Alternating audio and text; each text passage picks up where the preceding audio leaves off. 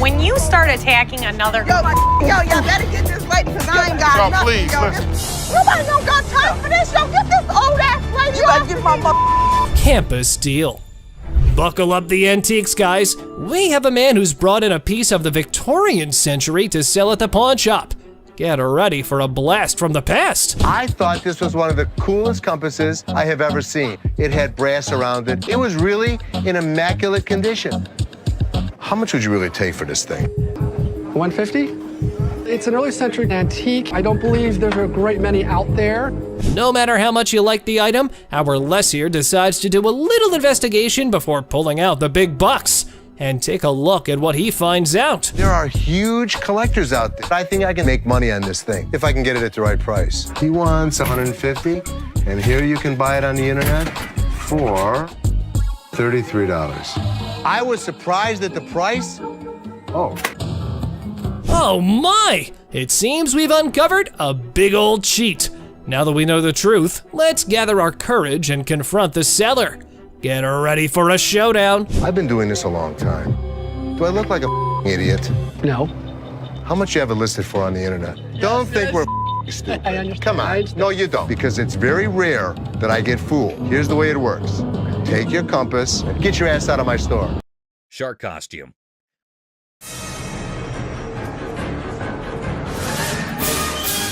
A fantastic character, half man, half shark, enters a pawn shop. Yeah, I'm a professional mascot during the daytime. At night, I'm a dancer. Claiming to be a daytime mascot and a nighttime dance sensation. $800, that's all I want. This guy is so bizarre. Les, skeptical, questions the shark man about his $900 financial request, leaving the room stunned. Don't they have those in Halloween costume stores? Les dismisses an awesome shark costume as a Halloween costume, but Rick takes it on, turning the pawn shop into a makeshift underwater comedy club, despite Ashley's rejects due to an unpleasant odor. See? It works. $800. Les, a pawn shop owner, is captivated by a customer who demands $800. You're missing a speeder. Oh my God. But when he reveals his naked self, Les's jaw drops. Hey, where's Ashley going with the naked guy? Tom, between amusement and disbelief, Les performs the quickest eviction in pawn shop history, leaving the customer high and dry. Ching Chong TV. Girlfriend's about to fly back home without me. I have no money. It's the only way I'm gonna be able to go. Right. I want $200 for it. $200 for that? A hat-wearing kid strolls into a pawn shop, hoping to score $200 for his TV. The seller, feeling frugal, counters with a generous $15. What brand is that? Ching Chong. The boy, trying to lighten the mood, drops a Ching Chong brand joke, turning a place into a comedy club for skeptical sellers. $200 for that? Yeah, never gonna happen. 13-inch TVs, I sell them for $15. Our persistent TV peddler keeps pushing for more cash for his 13-inch marvel, but the savvy seller sticks to his guns at $15. Come on, please. I don't want to get stuck in a tray. The boy, desperate to impress his TV-loving girlfriend, gets sadder than a clown without his makeup. Girlfriend's about to fly back home without me. I have no money. It's the only way I'm gonna be able to go. Right. I want $200 for it. $200 for that? The seller, unamused, directs him out, ensuring love won't cost him more than $15 today.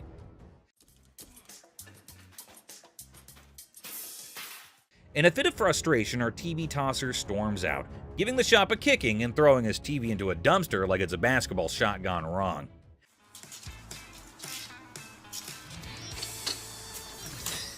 The seller, shaken but not stirred, mutters, "Idiot," and commands him to exit. You're gonna make me leave? Pretty much. Get the f out of here. Get off my property. Asserting his control over the TV-tossing theatrics. It's a dumpster-diving comedy masterpiece in 3 acts. Brain, not brawn. I got a loan on my wife's ring. Yeah? And when I first started coming here, I got a VIP card. I got more on the loan. Now you guys put me to a gold card, and I get nothing out of it. A bald customer, frustrated over a loan on his wife's ring, seeks resolution from the manager over a VIP card upgrade and the perceived lack of benefits. Tensions rise as they discuss the situation. No, the VIP is the gold. They're both one and the same. We offer a promotion at American Joy and Loan. It's called a gold card membership. It gets more money in people's pockets if they want to get a loan and allows you to save money if you want to buy something. The pawn shop employee tries to explain the gold card system's benefits, but the customer remains frustrated. I am hearing you, but you're not listening to me. Tensions rise as the employee insists on the procedure, leading to anger, questioning, and physical comparisons. You think this is funny? I don't think it's funny. I think that there's something wrong when you start hitting your head against the side of the window. Creating an atmosphere of animosity and miscommunication. What are you going to do about it? I'm not going to do anything about it. What are you going to do about it?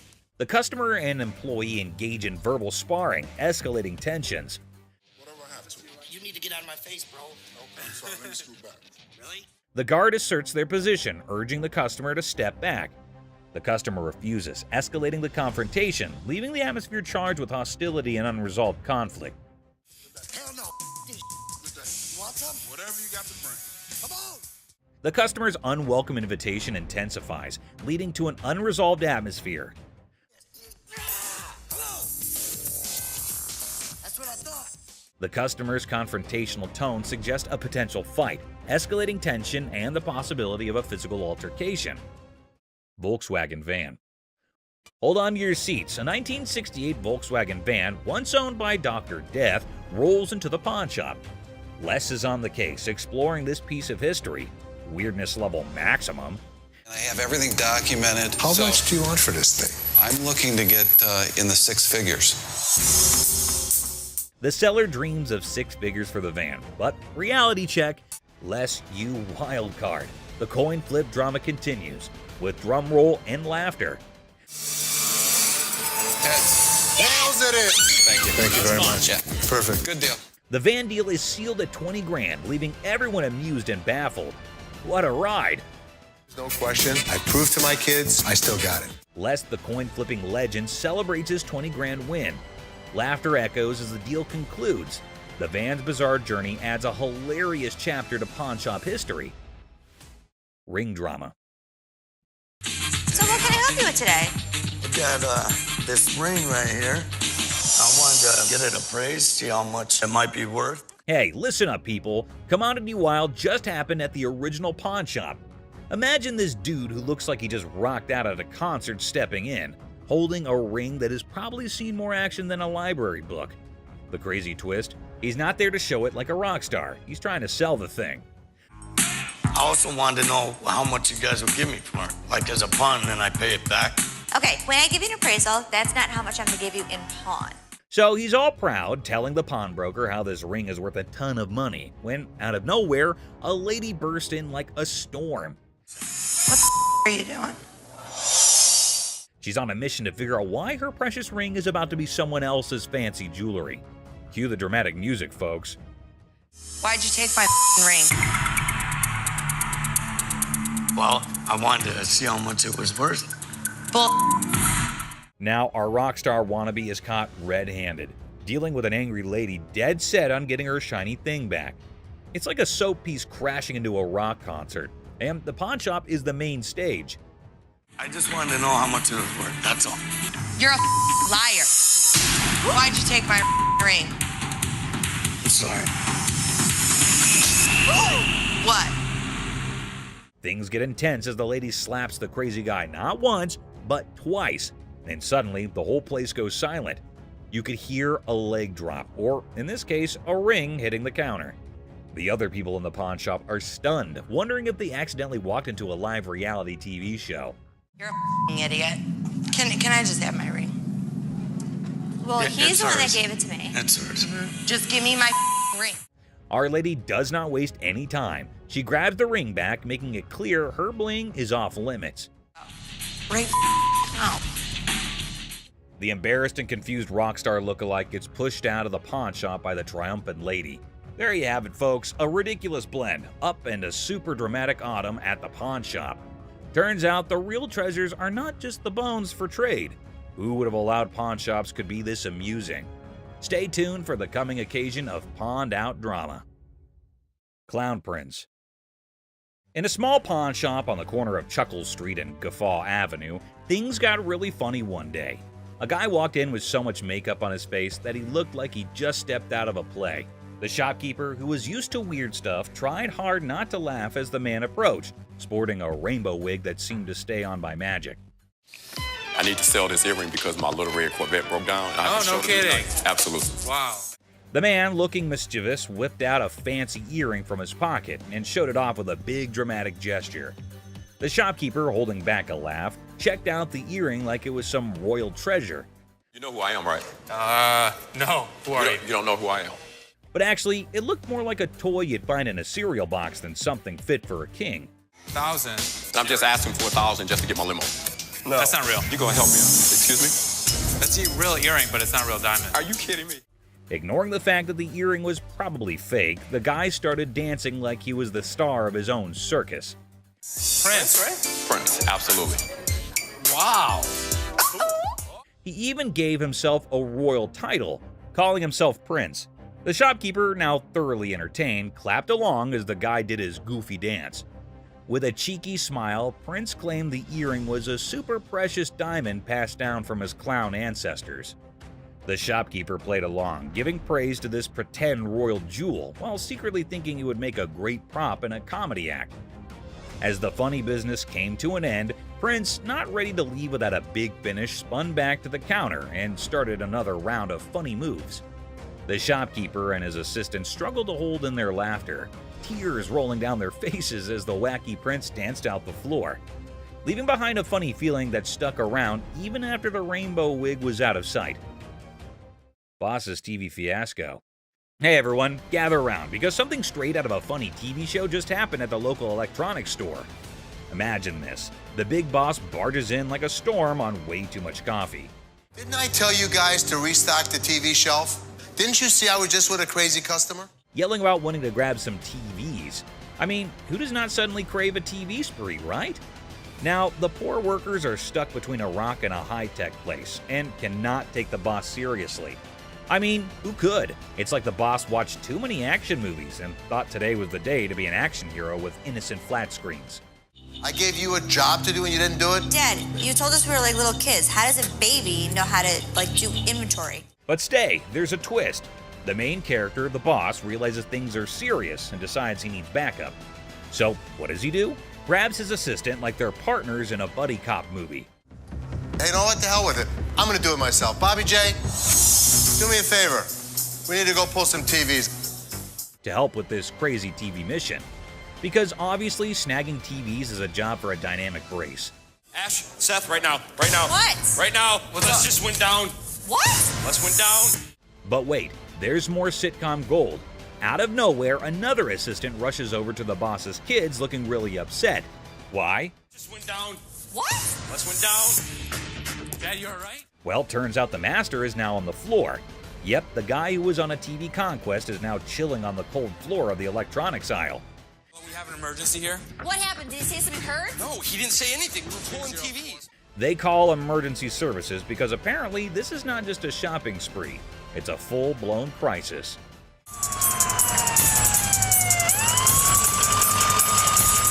And then comes the ambulance. The daughter dramatically points at the approaching rescue vehicle, as if it's the hero cavalry coming to save the day.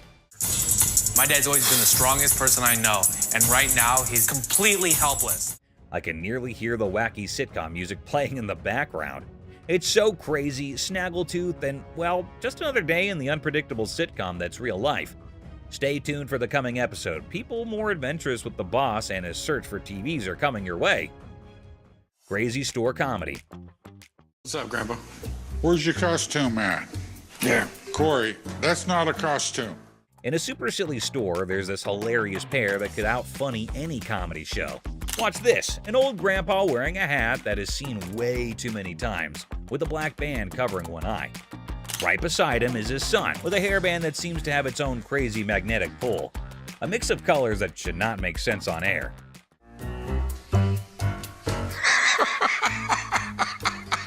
What? So, a regular customer walks in thinking they're just here for a normal shopping trip. Little did they know, a comedy explosion was about to happen. The first person they notice is the son, and they burst into laughter. "What on earth are you trying to be?" they ask, still giggling from the unexpected fun. What are you supposed to be? It's obvious I'm Justin Bieber, America's heartthrob. With a serious face, the son proudly says, "I'm claiming to be Justin Bieber, the American singing sensation." The secret? It's all in the hair. The customer laughs even more, realizing these two are a riot. Roy Rogers? I'm Rooster Cogburn from True Grit. But the real comedy star is Grandpa, strutting around like a rooster king. Feathery hat, confident crowing, he is turning heads. The customer, almost out of breath from laughing, asks, "What is your grandpa pretending to be?" Slightly holding back laughter, the son answers, "He is the legendary Rooster Kern. Shows up once in a lifetime to make people laugh." Go yourself. Antoine, what are you supposed to be? The world's biggest baby. Just when effects seem crazy enough, another character appears, a guy dressed like the world's biggest baby. The customer, nearly crying from horse laugh, realizes they have hit the jackpot of comedy. In this shop of customer craziness, laughter is the currency. These funny characters are the kings of comedy, making everyone laugh and showing that occasionally the best service is the one that comes with a big dose of funny. Pawn Shop Riddles. Look how stupid this question on Pawn Stars is. In this hilarious rant, the speaker dissects a seemingly absurd question about fake items in a pawn shop. A over 1,000, B over 5,000, or C over 10,000. The logic behind the options A, B, and C is dissected with comedic frustration. Well, if the answer is C, the answer is also A and B. Because if it's over 10,000, it's also over 5,000, it's also over 1,000. The speaker expresses disdain for the question, claiming that if the answer is C, then A and B are also correct. I mean, most of the shit that comes into the pawn shop has got to be fake. They've been in business for years and years and years. The absurdity of the question and the presumed obviousness of the answer are highlighted. God, what a stupid question. The speaker ridicules the question's simplicity, asserting that there's no way to get it wrong. The tone is sarcastic as they emphasize the lack of challenge in the question. Anticipation builds as the speaker eagerly awaits the genius-revealed answer. The expectation is set for a straightforward solution to the seemingly senseless question. The speaker's reaction is a mix of frustration and amusement as the answer confirms the over 10,000 scenario. The comedic exasperation with the question's lack of complexity is evident. That's all for our video. We hope you liked it. Please comment, like, and subscribe. Don't forget to hit the notification bell for more videos like this. Share it with your family and friends. See you next time.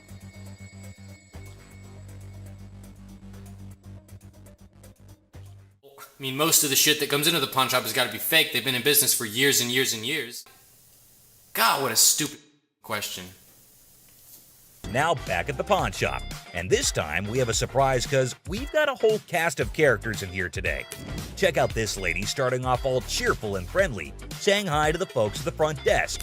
But out of nowhere, she does a complete 180 and turns ice cold. What's her deal? The ring out. You lost this ring. This lady is all like, "I totally came by here last month, I swear." But guess what? The computer ain't lying, my friends. The receptionist straight up told her that her precious ring is nowhere to be found. And you know what? It's on her. If she really cared about that ring, she should have shown up way sooner to claim it, but she didn't, so tough luck, I guess. You didn't bring it last month. You brought it 4 months ago.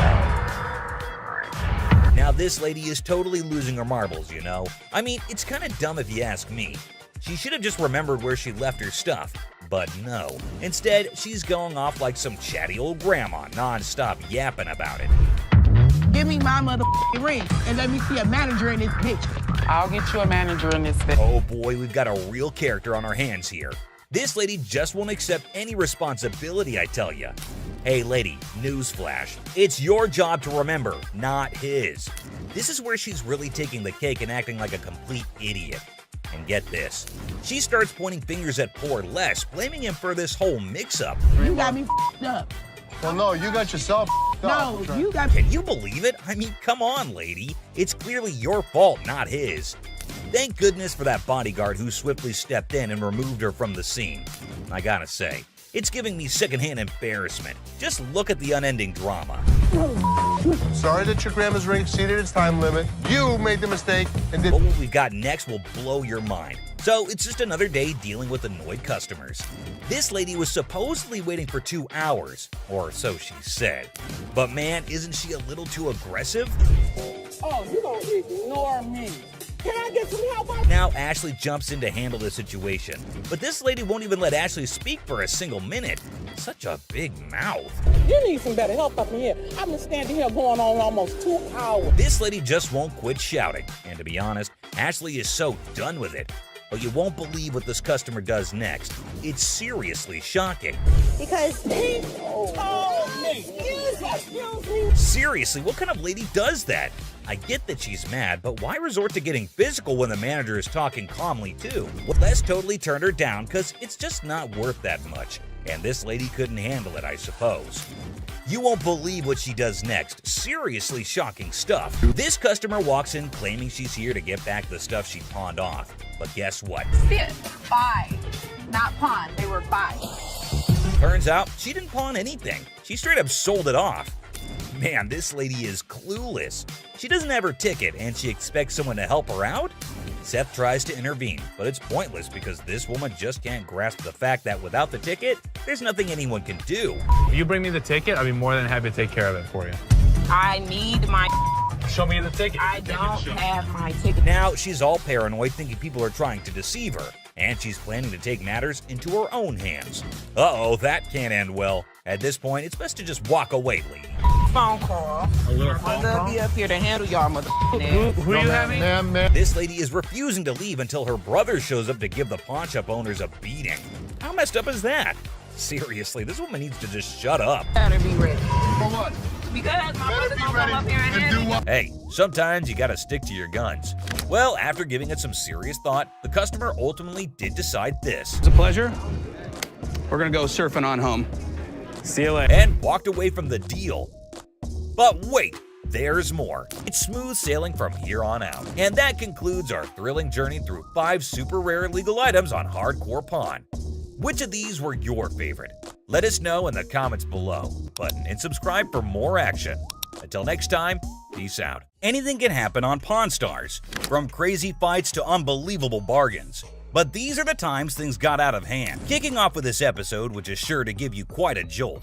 Hey, how's it going? The episode just starts with a casual conversation between Rick and an old man. But look what he's got. Yes, my friends, you just laid eyes on an 1884 Colt that was used in the Wyoming Range War, also known as the Johnson County War. Goes with it. There's nothing like a good book after a good shooting. That's what I always say. And not to forget the book that comes with it. I mean, you gotta keep the rare flock together. Rick, as usual, begins his quiz, asked a whole lot of questions before investing his money into something that a normal person would have bought in a heartbeat. So how exactly did you get the gun? My father got this from the great-great-granddaughter of Fred Koch. Are these many questions ever asked while I go to sell something antique? Maybe. How would I know? I've just gone to the shops to buy something, never to sell anything. But wait, it seems like he practiced it the whole night, answered all the questions like a pro. That man did better than the rest of us would do in our lives. Tough college times. Wait, what did my eyes just witness? Rick narrating the whole Wyoming Range War story. Basically, large cattle barons feuding with really small cattle ranchers. The small guys were stealing cattle. It felt like a whole history lesson to me. I must say, Rick does have some insane knowledge about antiques. The way he narrated the whole thing was nothing less than an informative history class. Not gonna lie. Moving further, we see Rick's intelligence as he checked all the details provided on the document just like a professional would. This is a 45 caliber. This is a 45 caliber. It's a 5.5-inch barrel. That's a 5.5-inch barrel. This line, when you throw on a personal story that actually ties a cowboy to a gun, that's the kind of thing collectors love. I can see he clearly knows how to hit the proper note. But when you throw in a personal story that actually ties a cowboy to a gun, that's the kind of thing collectors love. Without a second thought, the man quoted $55,000 for the gun. What do you think? Are Rick and the old man on the same page? Well, for you to know that, you have to continue watching. I'd like $55,000. $55,000? And obviously, before getting such a huge amount out of his pocket, he wanted a second opinion on the matter, for which he called an expert. Get someone down here, he'll tell me if it actually belonged to this guy. To be honest, I really don't get it. How can one identify if it's original or fake by just looking at some words written on a piece of paper? Anyway, who am I to say anything? What we have here it's really hard to make that connection. Some facts were served right there. Like clearly, who else if not Rick would know more than for how much something like that goes in his shop. And you know, Pawn Stars is all about who bargains best to make the most profit. So let's see who gets to cut the cake tonight. And just when he thought things couldn't get crazier, Rick dropped the price and set his bet to $1,500. And all that effort went to waste right in front of your eyes. Yeah, I'm just not gonna be able to do that. I think maybe I'll see if I can maybe get some more provenance. That was pretty obvious. No one would want to sell an antique for this measly amount of money. Definitely not a very profitable deal. And with that deal went flying Rick out of Rick's hands. But in this next episode, this person walks in with a really interesting gun. But how interesting? You're about to find out. Yeah, it's like something James Bond would wear. Yeah, right. You just saw that, huh? But that's not out of a James Bond movie. That thing is as real as it gets. What can I help you with? I'm here to sell my ring pistol today. Well, you know how a gun never stays in the shop for long, be it whatever shape or size. But this thing is something I've never seen or even heard of before. Have you ever seen a pistol ring? Boy, you're looking at it right now. This is something definitely worthy of adding to the antique collection list. Come on, you have to agree with me. Everything about this pistol ring is antique, from loading it to the trigger to its hammer. This thing is a killer. Literally. You know what? If I ever went undercover on a mission, I would definitely carry this cute little devil. James Bond, we just found your vibe. And I know Rick would agree with me too. Yeah, that man seems very particular about the price he's going to ask for that dangerous ring. I'm looking to get $9,000. I'll use it to buy some of the things I collect more often. I personally would wear that ring everywhere. It's an all-in-one combo, kind of a hidden treasure who can double up like your personal bodyguard. It's unreal how cool this thing is. But hey, did Rick just contradict me? Wear them just for fashion. Damn. Rick has got a good sense of humor, not gonna lie. Seriously, getting hit by that mini pistol ring would definitely hurt your ego hard, man. It's also seriously a gun. I mean, it would really hurt getting shot with this thing. And oh, I kid you not when I say that the man clearly did his homework right. He literally asked for $9 grand in the blink of an eye. I mean, that piece truly is a showstopper. But that expensive? Damn. The $9 grand. They're pretty rare. So what happened is that the deal took an intense turn, and Rick, being the smartest in this show, had to prove it. So before finalizing the deal, he wanted a bit of expert advice. I mean, that's always better than regretting later, right? So let's see what the expert had to say about this antique pistol ring. The European gunsmiths, they were making all kinds of little weird things. This is the Imperial Protector. Basically, looks like this tiny mean machine has taken down quite a few people in the past. So it must cost a bomb. But let's hear it from the expert himself. For $11,500. Okay. Thanks, Tony. I really appreciate it. Whoa, I never expected that. $11.5K? That's crazy. And just look at the size of that thing. That thing is golden for sure. But as you know, Rick plays by his own rules. And I'm curious to know what he has to offer. I'll give you $3,000 for it. No, can't do it. Okay, so Rick is trying to settle the deal for $3 grand. But bro, that's like not even half the price the seller asked. Do you think the man will accept the offer? For someone who knew a great deal about the pistol ring, I don't think this man is gonna budge. But Rick wasn't ready to give up or give in as yet. So do you think they'd both settle on the same grounds? Who do you think is gonna win this round? Well, let me put your anxiety to rest. For here comes the moment you're waiting for. As amazing as this thing is, I'm sorry, I just can't do it. And just like that, Rick missed the chance and saw the extraordinary collector's pride walk right out of his door. But what happened in this next episode is even crazier. Working with an instrument maker and got really, really interested with the harmonica. You know how music instruments can be great collectibles. In which case, what do you think about an ancient instrument that has an emotional connection to it? Does it help double up the price? Well, I don't know about you, but I have never seen a shining gold M Hohner harmonica. We've all played a harmonica once in our life. Right, we have. And we thought we were good at it. So for those of you who don't know who Matthias Hohner is, here's a quick history lesson for you. Hohner was a trained watchmaker born in Germany. And his company, Math Hohner AG, is the oldest and largest producer of harmonicas in the world. If you want to know more about this masterpiece, here's Rick for you. So apparently the watchmaker was so blown away by the piece that this is what happened. So he saw the writing on the wall, but he was also working with an instrument maker and got really, really interested with the harmonica. Rick's knowledge never fails to amaze me. There's no question that he is a master of his job, and his trade skills are even better. But is this going to be a jackpot or a lost cause? Before Rick states his price, he found a problem with the musical piece. You get in the ballpark. Okay, all right. It's plastic, and it's not in the greatest shape. I don't know, it's not too bad a shape. The cardboard's coming off. Oh no, that's going to majorly affect the price of this beautiful piece right here. So while the seller was holding on to a grand $500, what Rick pitched was unbelievable. Here's $75 for it. It cost $75? Wow. I would feel humiliated if I was that harmonica right now. I mean, come on, man, it's not that bad. But what can I say? Rick knows better.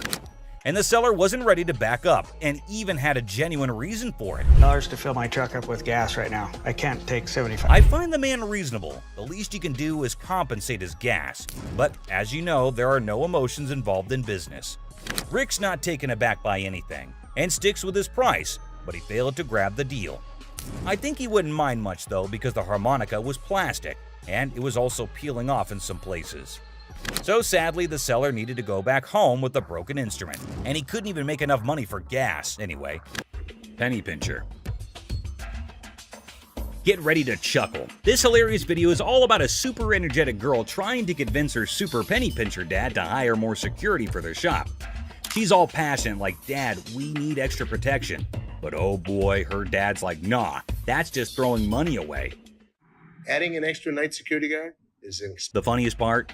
When the argument gets so wild, the girl pretends to be super angry and storms out of the room. Crazy fight. Yep, someone peeled it away like a giant banana. Imagine the team head scratching in disbelief. Their shop literally got unroofed. Now, here comes the kicker. They start worrying it might be a sneaky robbery. Cue the panic as they sprint to check the CCTV, hoping to catch the audacious roof peeler in action. Get ready for a laughter-packed roller coaster as they dive into this hilarious investigation. Get ready to laugh in this super funny video. The staff at a quirky shop freaks out when they find out someone peeled off the roof for a supposed robbery. Total chaos, right? So they go all detective and check the CCTV footage. But wait for it. Turns out, not one, not two, but 3 guys break in. And here's the kicker. Looks like they grabbed the coat right there and then out. So these guys could have been part of a 3-man team. One of them ends up hiding inside the fridge. It's like a comedy show gone wild, leaving the staff scratching their heads and everyone else in stitches. You won't believe the crazy twist in this comical caper. Stolen microphone. Scene of concert chaos turned into a pawn shop jackpot, where microphones become rock star souvenirs, and the friend is the accidental hero of the day. Microphones I picked up from a concert last night. The person insists the microphones were flung into the concert crowd, a spontaneous catch. The seller, eyebrows raised, gets an unexpected call from American Jewelry about missing microphones. It's a classic mix-up where concert souvenirs turn into an unintentional pawn shop investigation, leaving everyone wondering how the microphones took an unexpected detour. Really? Hold on. I'm from American Jewelry. I have a plot thickens as the police are en route, and the negotiation continues reinforcements. The club manager, a welcome sight, joins the scene, unveiling a tale of someone sneaking in and catching a duo of pawn shop legends in a tale of marital madness. I wanted to get it appraised, see how much it might be worth. Okay. Hold on to your hat. Drama unfolds as accusations of Wanted an appraisal on this ring. Plot twist. The ring allegedly transformed into bike faster than a speeding bike, plunging us into a marital showdown. "Why'd you take my ring?" echoes through the pawn shop halls. Why'd you take my ring? Well, I wanted to see how much it was worth. Our hero is left flabbergasted, caught in the crossfire of accusations and domestic mayhem. "I just wanted to know its worth," they exclaim, trying to defuse the explosive situation. But alas, emotions rage on. Yesterday you said you needed bike parts and didn't have the damn money. And all of a sudden you got my damn ring. Unexpectedly, a wild punch appears. The spouse transforms from 0 to punch in record time. It's a twist even scriptwriters would applaud for. The pawn shop turns into a battlefield, leaving us wondering if our hero will escape unscathed. Punches him. And I am dumbfounded. You're a idiot. In a surprising turn, the ring is handed over and our hero exits swiftly, leaving chaos behind. The curtain falls on this pawn shop spectacle, proving that a ring appraisal can lead to a punchline we never saw coming. Bravo, pawn shop drama. Bravo. Give him the ring. Steph didn't beat her ass. In the bustling aisles of the pawn shop, two guys saunter up to Ashley with a peculiar demand. Now, they're aiming for a refund, claiming that a bunch of things that they bought from the pawn shop are no longer working. As per policy, Ashley asks for a receipt, and she also asks them questions to verify what the problem is. And/or asking for a refund. When we got to our work site, it just stopped working. We're in the construction business, declared one of the customers, with all of the air of a seasoned foreman. Now, Ashley was asking, her suspicions peaked about where the power source was. At the work site, of course, was the swift reply, a tad too rehearsed for Ashley's liking. Smelling something fishy, Seth and Les united in their quest for truth. So, Seth, being suspicious, decided to plug in all the gadgets to test to make sure that they work. And lo and behold, they worked just fine. What type of work you do? We doing construction. Where's the battery? The battery is at the work site. We on the clock. No, I'm gonna plug this in. Oh, that works. Oh, that one works too. See where it says? But the customers were upset because their demands weren't met. No cash refunds, Ashley reminded them in a very firm but fair tone. But the two customers were unshaken and instead started to grow incredibly irate, raising their voices and bringing things to a head. Yet Ashley stood her ground, unwavering in her commitment to the rules of her trade. With a final flourish, the guys decided that maybe they had better retreat to live another day. And thus, this particular saga came to a close, leaving behind a tale of wit and willpower and the triumph of honesty. No cash refunds? It don't matter about that. What y'all gonna do is give us our money back right now. You gonna lose something. Listen, guys. Listen, what you talking about? Give me my money back right now.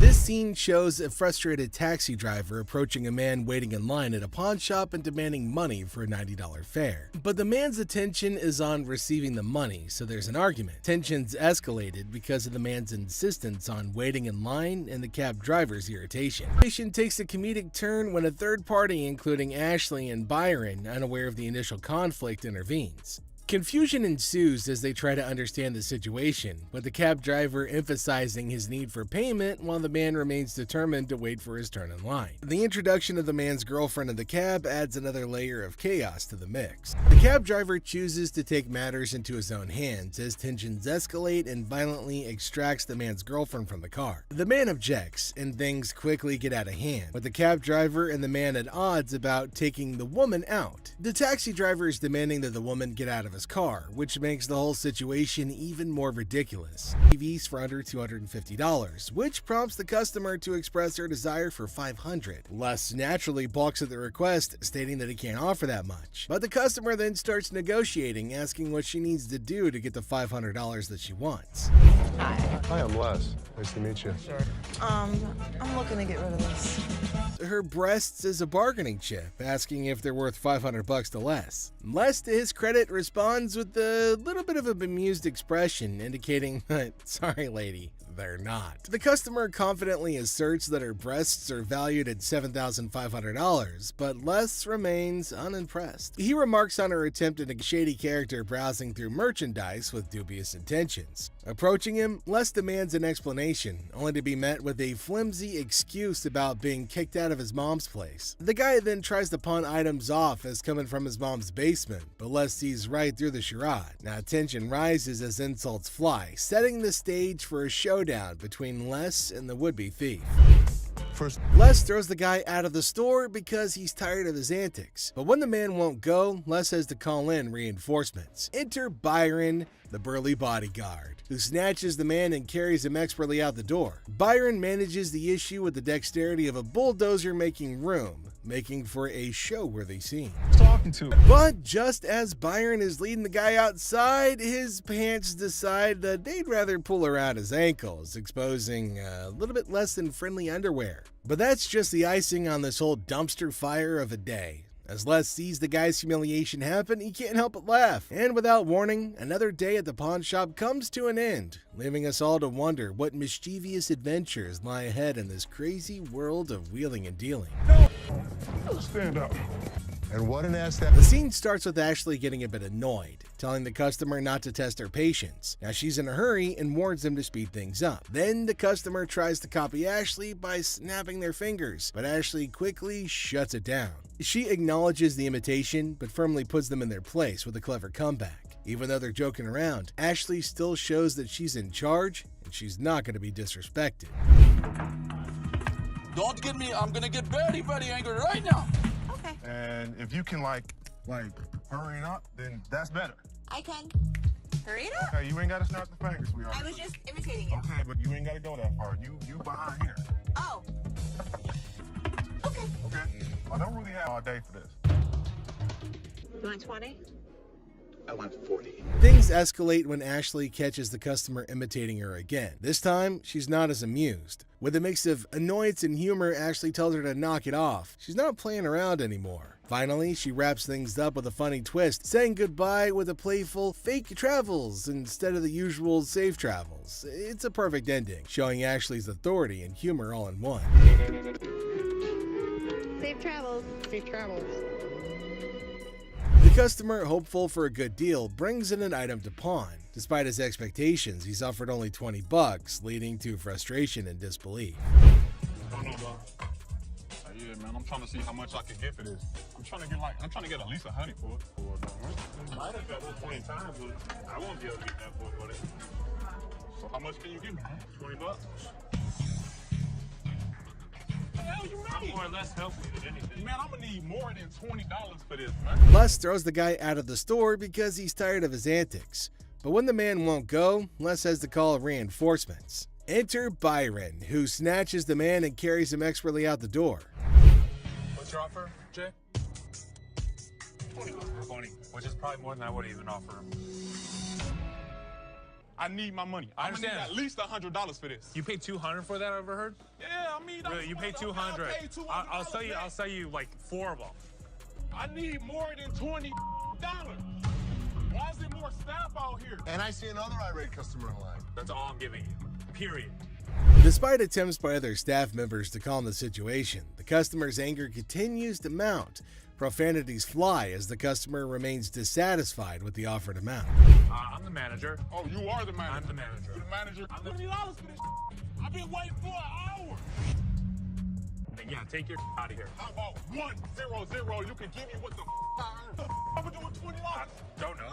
I need more than $20. I had to calm this situation down. Take your out of here. $20? What the I'm gonna do with $20? A woman enters the pawn shop seeking to pawn her computer to help her son get into a technical high school. Despite her hopes of getting $150, the employee offers $100 based on her previous transactions. The woman insists on $150, citing her long patronage since '97, but the employee refuses, leading to escalating tension. You head in for 100. But I need 150. I know, but I can't give you 150. No, you are not appreciating my business. Yes, I do. I because cannot. You're not giving me what I want. Well, I don't give everybody what they want. Do you want the 100? No, I don't. Okay, then goodbye. What do you mean? The woman's upset that when she needs assistance, her devotion to the store isn't valued. She challenges the employee, refusing to go without receiving the necessary amount, and angrily rejects the $100 offer despite her employee's best efforts to reason with her. I want to see somebody make me leave up out of this mother giving me what I want. Well, I don't give everybody what they want. 150. Well, if you had as something a patron that's been patron if you- since 97. No, I'm not done. This lady comes in with goodbye. You can walk out the store. I can, but am I going to walk out? You will. Who's going to make me? Who? I want to see somebody make me leave up out of this mother. The woman abuses the employee and declines to accept the offered sum, escalating the intensity of the exchange. Another employee tries to defuse the situation, but the woman is unyielding and keeps threatening to do anything she wants. Are you a lady or are you a child? I don't give a what I am. What the hell are you with your wrinkled eye ass? You need to go somewhere and get, and don't think that you won't. Because all I got to do is make a phone call. You know what? Wait. Get out. I'm not getting out of here. Get out. Put out. Mother, you going to jail if you touch. I've been patronizing this business since 97. You have an English degree, right? No, I don't. Yeah. The woman gets increasingly combative and starts throwing abuse and threats at the staff, marking the height of the altercation. She's ordered to leave, but she resists and persists in challenging the staff, leading to her eventual escort out of the business. Her departure is accompanied by a final profanity-laden outburst. A new manager arrives at the pawn shop, surprising the Gold family, and they introduce themselves and express their eagerness to help out. Now, despite initial confusion, the Golds agree to give them a chance and see how their first day goes. When I worked in sales at a bank, I was in charge of tailoring the products to the customer's wants. So I'd like to think that marketing is one of my strong suits. You like those? Like I said, they're durable, very inexpensive. What do you guys want to do? Do you want to purchase or put them in layaway today? Definitely. All right, I'm so excited. I got my first sale. So what do you think? I love it, but I'm not really sure how comfortable Ashley is about me coming in. You know, I'm really not worried about Ashley. Did you know about this? Good luck, Ash. Have fun, co-manager. The new manager showcases their sales skills, confident in their ability to tailor products to customers' needs. Despite their apparent enthusiasm, several family members question the comfort level and suitability for the position. Can you just go back to your area? Something you want to talk about, Ashley? No, everything's cool. You know, I'm just here to sell and make money for American Jewelry and Loan. Don't just go sell. We go from 9 to 12. You'll never get what you paid for. You're probably right. Here, why don't I just move away? What is he doing? He's teaching her the business. Teaching her to take over? They're not going to get more than $1,500 anywhere else. I can guarantee that. Great. Wow. The new manager and this customer are currently negotiating prices over a deal, and while the new manager insists that the deal's a good one, tensions start to rise as the customer questions the offer. Meanwhile, the Golds observe the situation with uncertainty. A really awesome electric guitar with just 15 of its kind out there. A customer with some not-so-real stones to sell. A souped-up truck with a twist rolls in for sale. A bedazzled watch full of diamonds crosses paths with Les. Goons try to cheat Les out of paintings and some cold hard cash. And several vintage guitars come up for sale. These are times when rare items showed up on Hardcore Pawn. To start it all off, we've got this customer who brought in a set of stones her grandmother stashed away, hoping she can sell it to finance the said grandmother's funeral. Crystal, very nice to meet you. Crystal, This I'm is Ashley. Ashley. How you doing, Ashley? Hi, how are So you? what you got? I have these bag of stones that I found out of my grandmother's house. She just passed not too long ago. Oh, really? I'm sorry. Since they looked so much like glass and felt like it too, Ashley felt the whole endeavor was practically hopeless, and if the decision were up to her, she probably would have turned the lady away immediately. I really don't want to give Bradley GT Type 2 electric. It's vintage and it's definitely rare, but Seth couldn't help but get pretty concerned about it due to the little scrapes and scratches that he found on the machine. And another cause for concern would be any potential part damage from usage. Wear on it. Like, how would you even find replacement parts for it? Well, actually, the chassis parts are all Volkswagen, easily replaced. I'm a huge car buff. This is the Motor City. So when a customer comes in with a 1981 Bradley electric car, it's gonna pique my curiosity. After a very thorough search on the internet, Seth found out the car was actually as rare as the man said it was. The only issue, though, is the fact that it's worth next to nothing. There's only 50 ever created, right?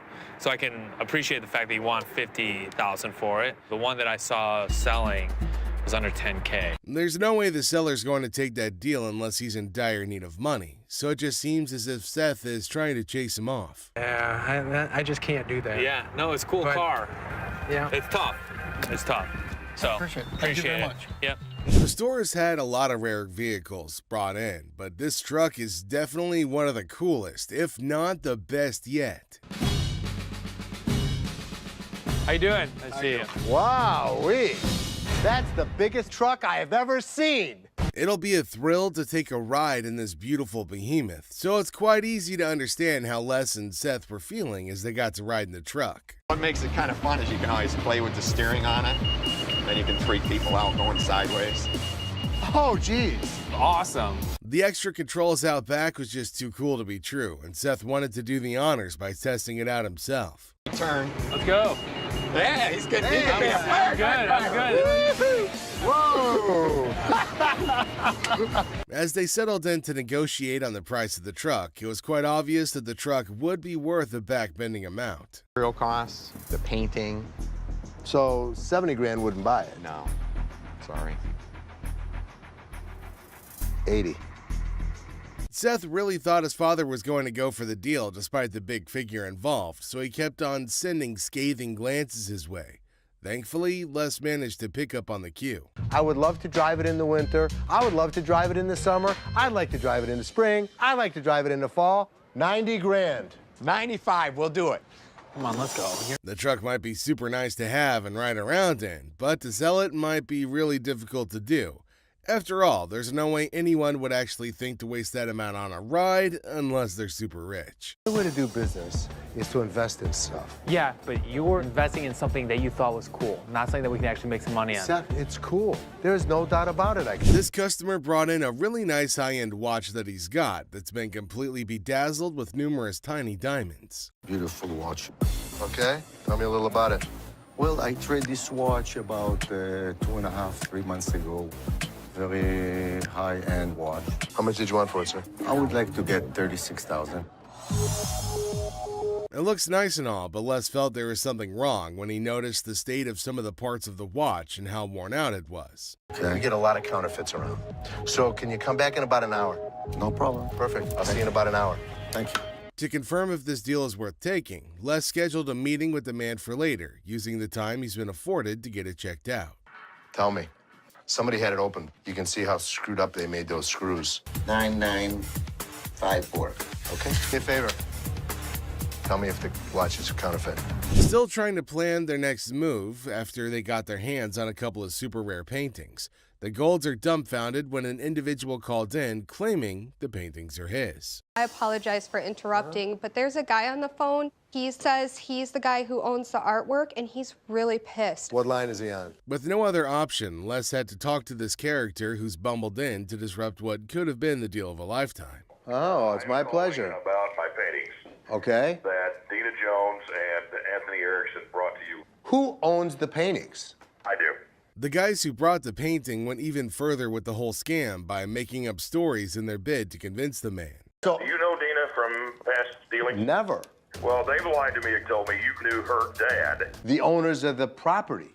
$425,000. Let me stop you right there for just a second and tell you the number that you just quoted me is a different number than what they've quoted me. There's no way he stopped there too. The only reason they came up with the entire scheme was so that they could get more money off of the deal. Of course, Les was about to find out how much that is. I don't know anything about art. This came to me in a lot. Okay. All the information that I have is what I've researched personally and the documentation that they brought up with you. There's no way Les would let this great opportunity slip past him, so he decided to ask if the deal was still on or not. Would you be willing to fly to Detroit for the day if we picked up the airfare? Absolutely, sir. I'm sorry that it started out this way, but... You know what? I don't care how it starts as long as it ends on a positive note. Nothing says rarer than first-generation items from a popular line, and this guitar could be counted as one of the rarest of its kind. I got something I want to show you. This is the 1930s, one of the first lap stills that came out from Rickenbacker. Rickenbacker made some of the first electric guitars. Okay. Karen was genuinely interested in seeing the guy playing it, and Les wanted to see if the guitar was even functioning properly, so they let him have a go at it. I really want to see you play it. Give it all you got.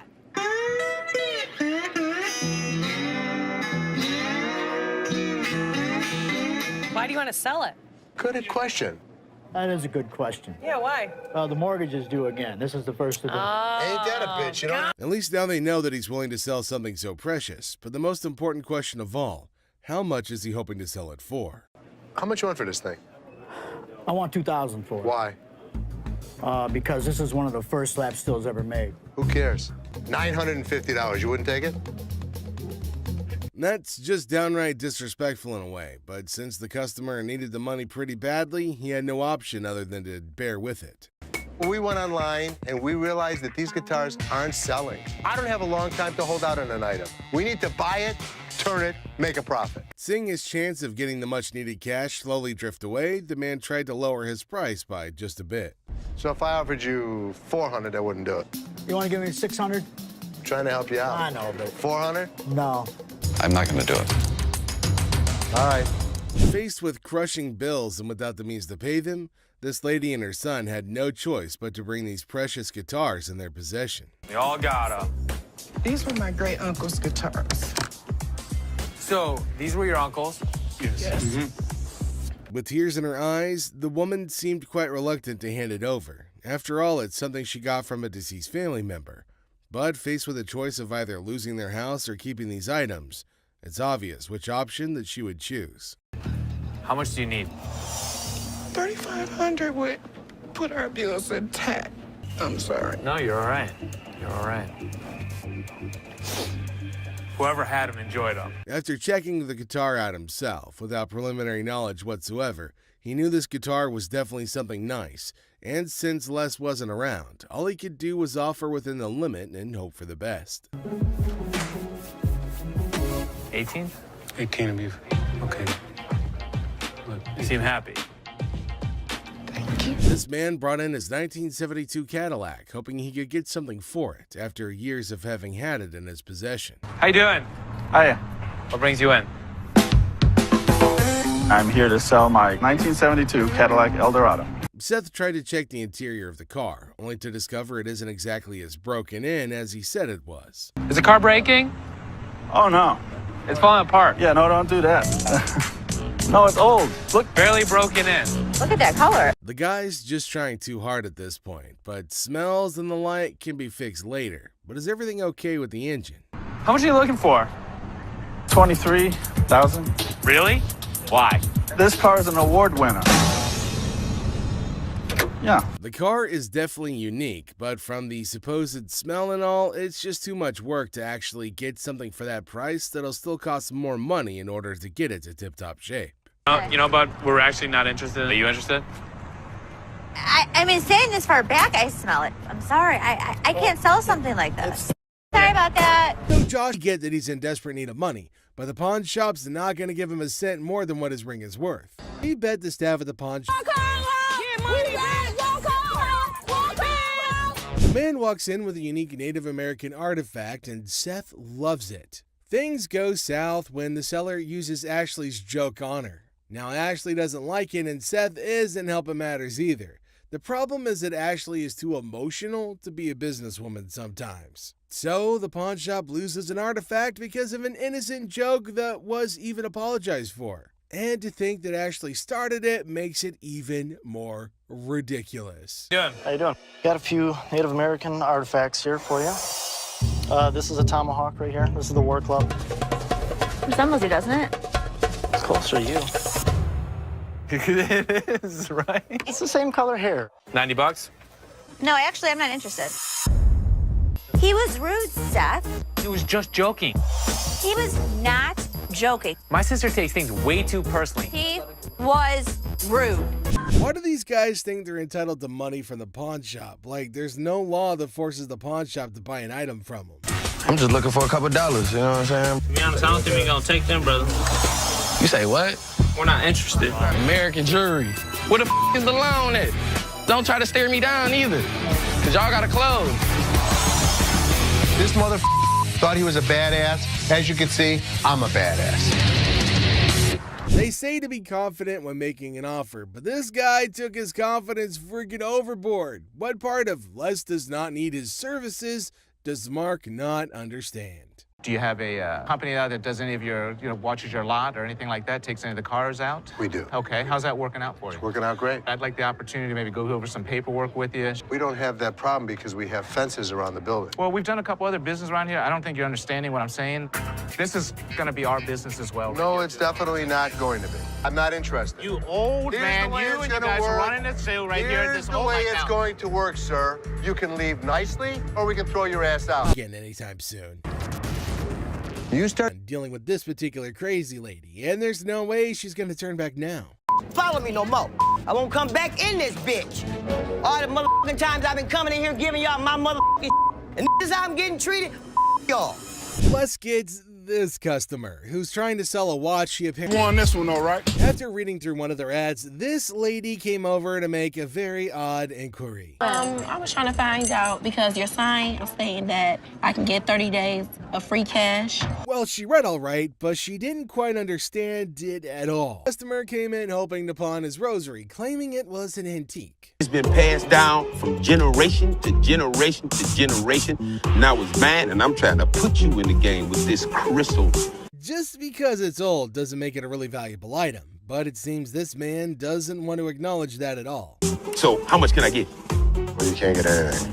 'Cause it's not diamonds, it's not gold, it's just crystals. Honestly, I think Les has said all there is that needs to be said, but we'll just have to, make things clear. He's got no other choice than to repeat himself. How much would you pawn this for?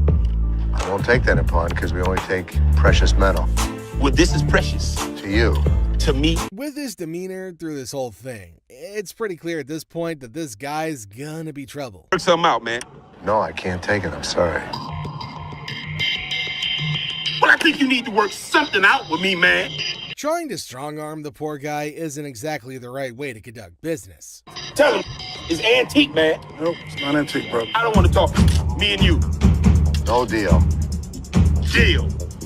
No deal. He's been introduced to the antique expert. Now it's time for the antique expert to introduce him to the door once again. Let's talk about it on the way out the door. Hey, hold on, man. Hold on, brother. Hold on, man.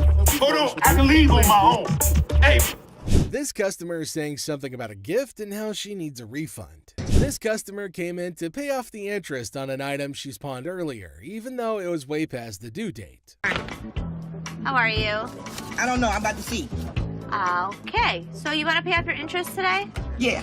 From how snappy she was being, it was only natural she'd eventually end up on Ashley's bad side. I owe. Okay. You owe $50.60. How much? $50.60. Where the that come from? The moment Ashley told her how much she owed, she went on a very huge rant in a fit of rage. I owe $50 for Actually, my ass. I didn't know somebody that age knew so many swear words. Like, it was just, wow. She's speaking so fast that it's really tough to understand what she's trying to say at all. It's like nobody understands the words coming out of her mouth. Getting riled up and screaming spooks me out. Okay, well, let's catch up again. Spook that job.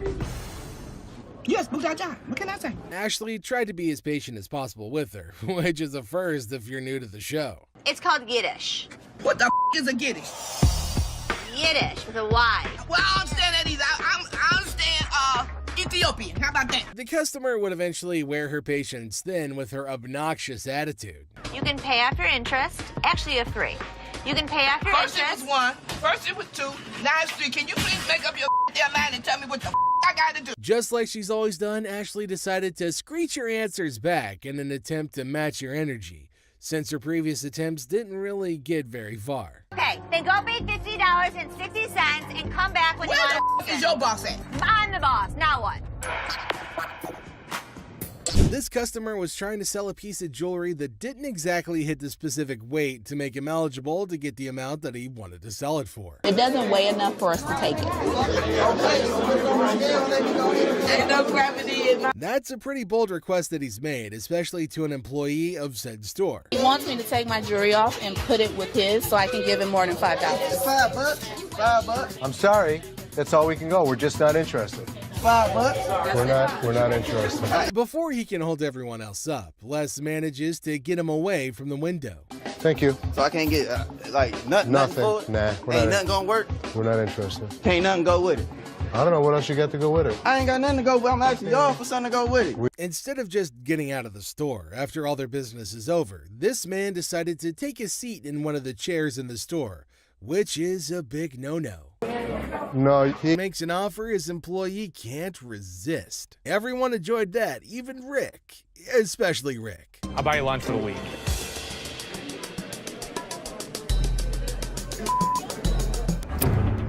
Ready?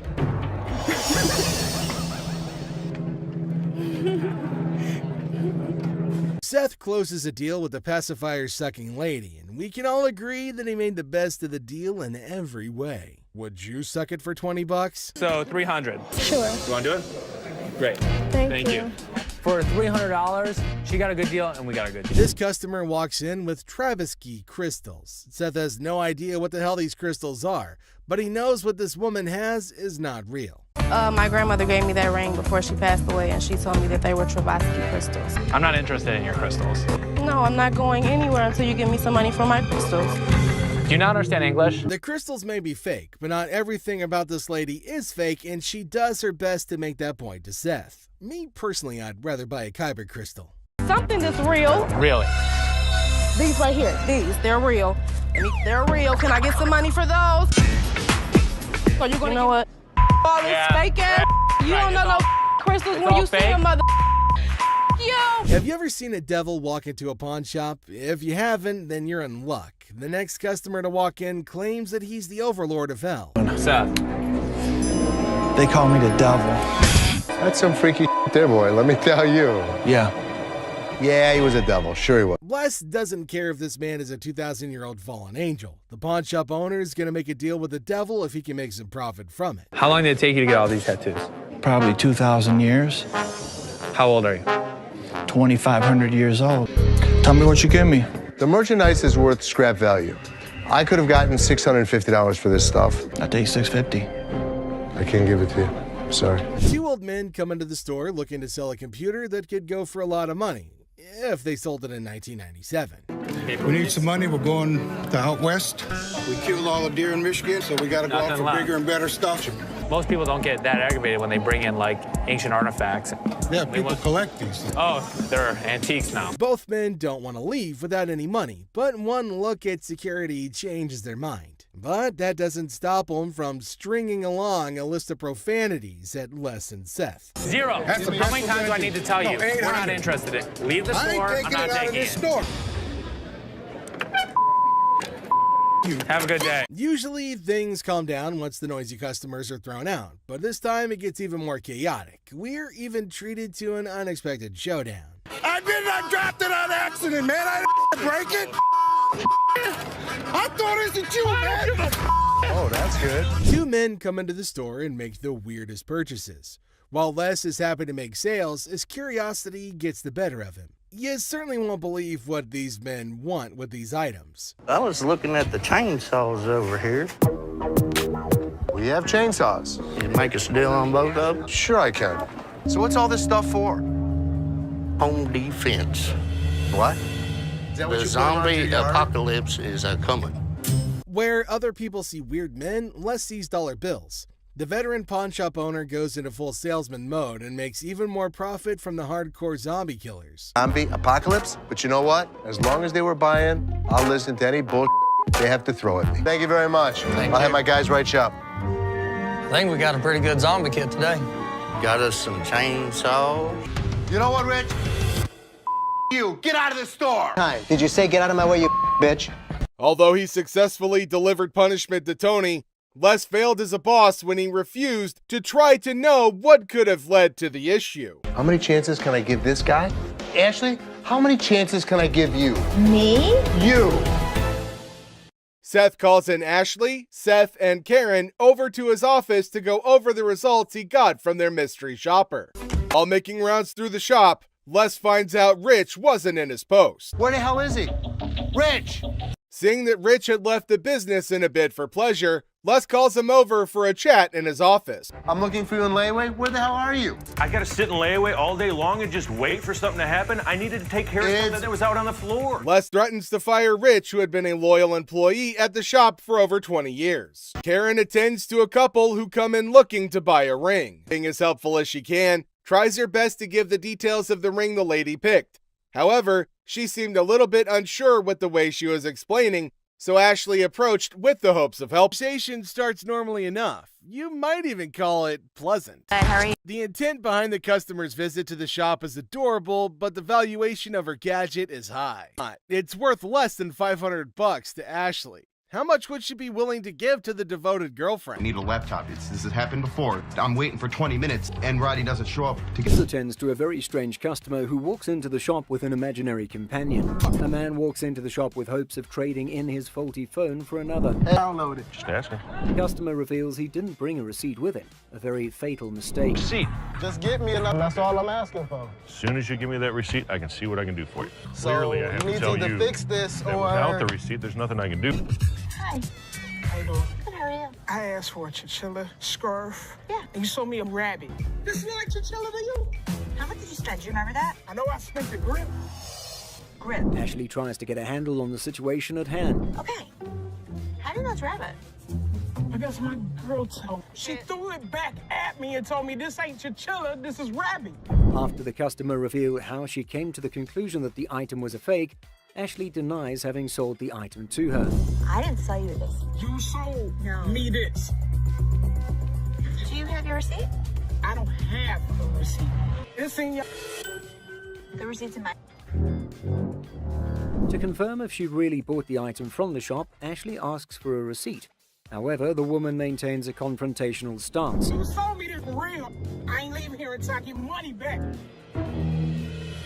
That is Bub's money right there. Ashley could only stare in shock as the woman put out her argument. Yes.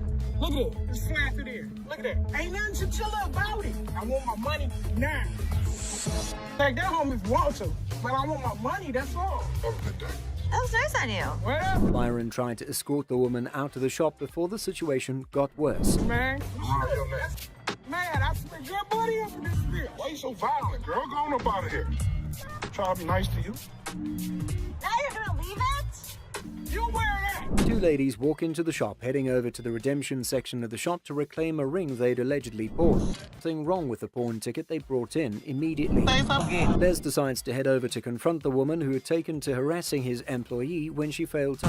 First thing in the morning, and this customer just decided he wanted to mess with Les. Now, if you thought that was crazy, wait till you see this lady. About had enough with this chick, but she still does a stellar job trying to explain to this lady what's going on. Psycho chick here clearly didn't like the answer that she got, so she immediately tried to cuss Nikki out. Just for a manager she got.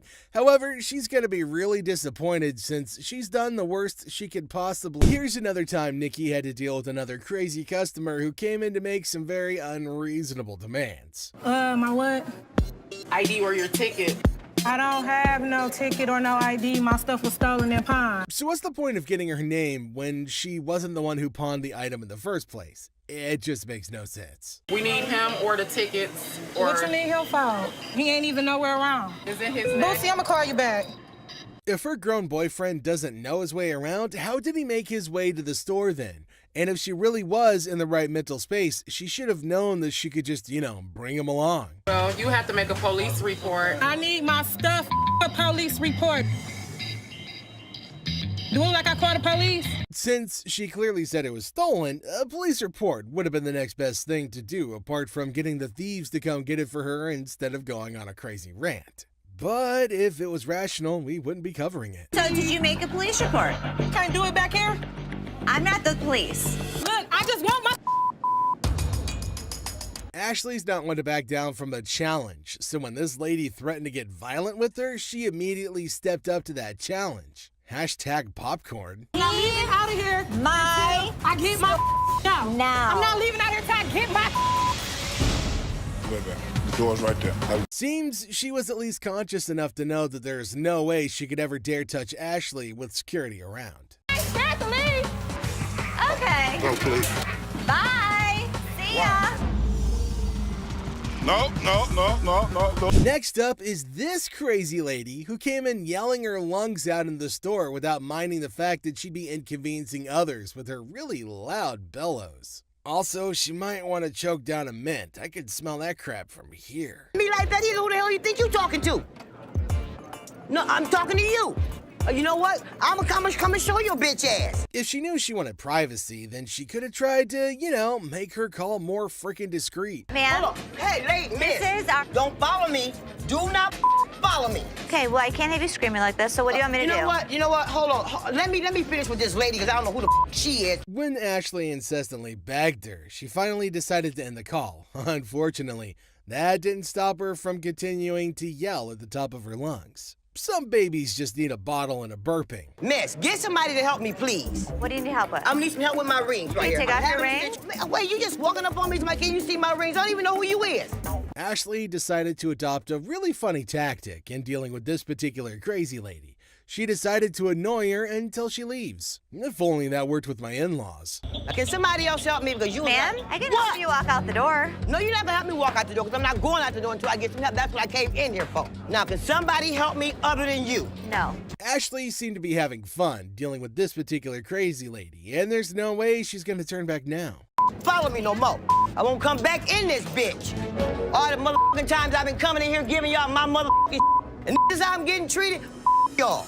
Plus, kids, this customer, who's trying to sell a watch she apparently... That's the bitch won this one, all right? Customer came in hoping to pawn his rosary, claiming it was an antique. It's been passed down from generation to generation to generation. Now it's mine, and I'm trying to put you in the game with this crystal. Just because it's old doesn't make it a really valuable item, but it seems this man doesn't want to acknowledge that at all. So, how much can I get? Well, you can't get anything. This customer came in to pay off the interest on an item she's pawned earlier, even though it was way past the due date. How are you? I don't know. I'm about to see. Okay, so you want to pay off your interest today? Yeah. From how snappy she was being, it was only natural she'd eventually end up on Ashley's bad side.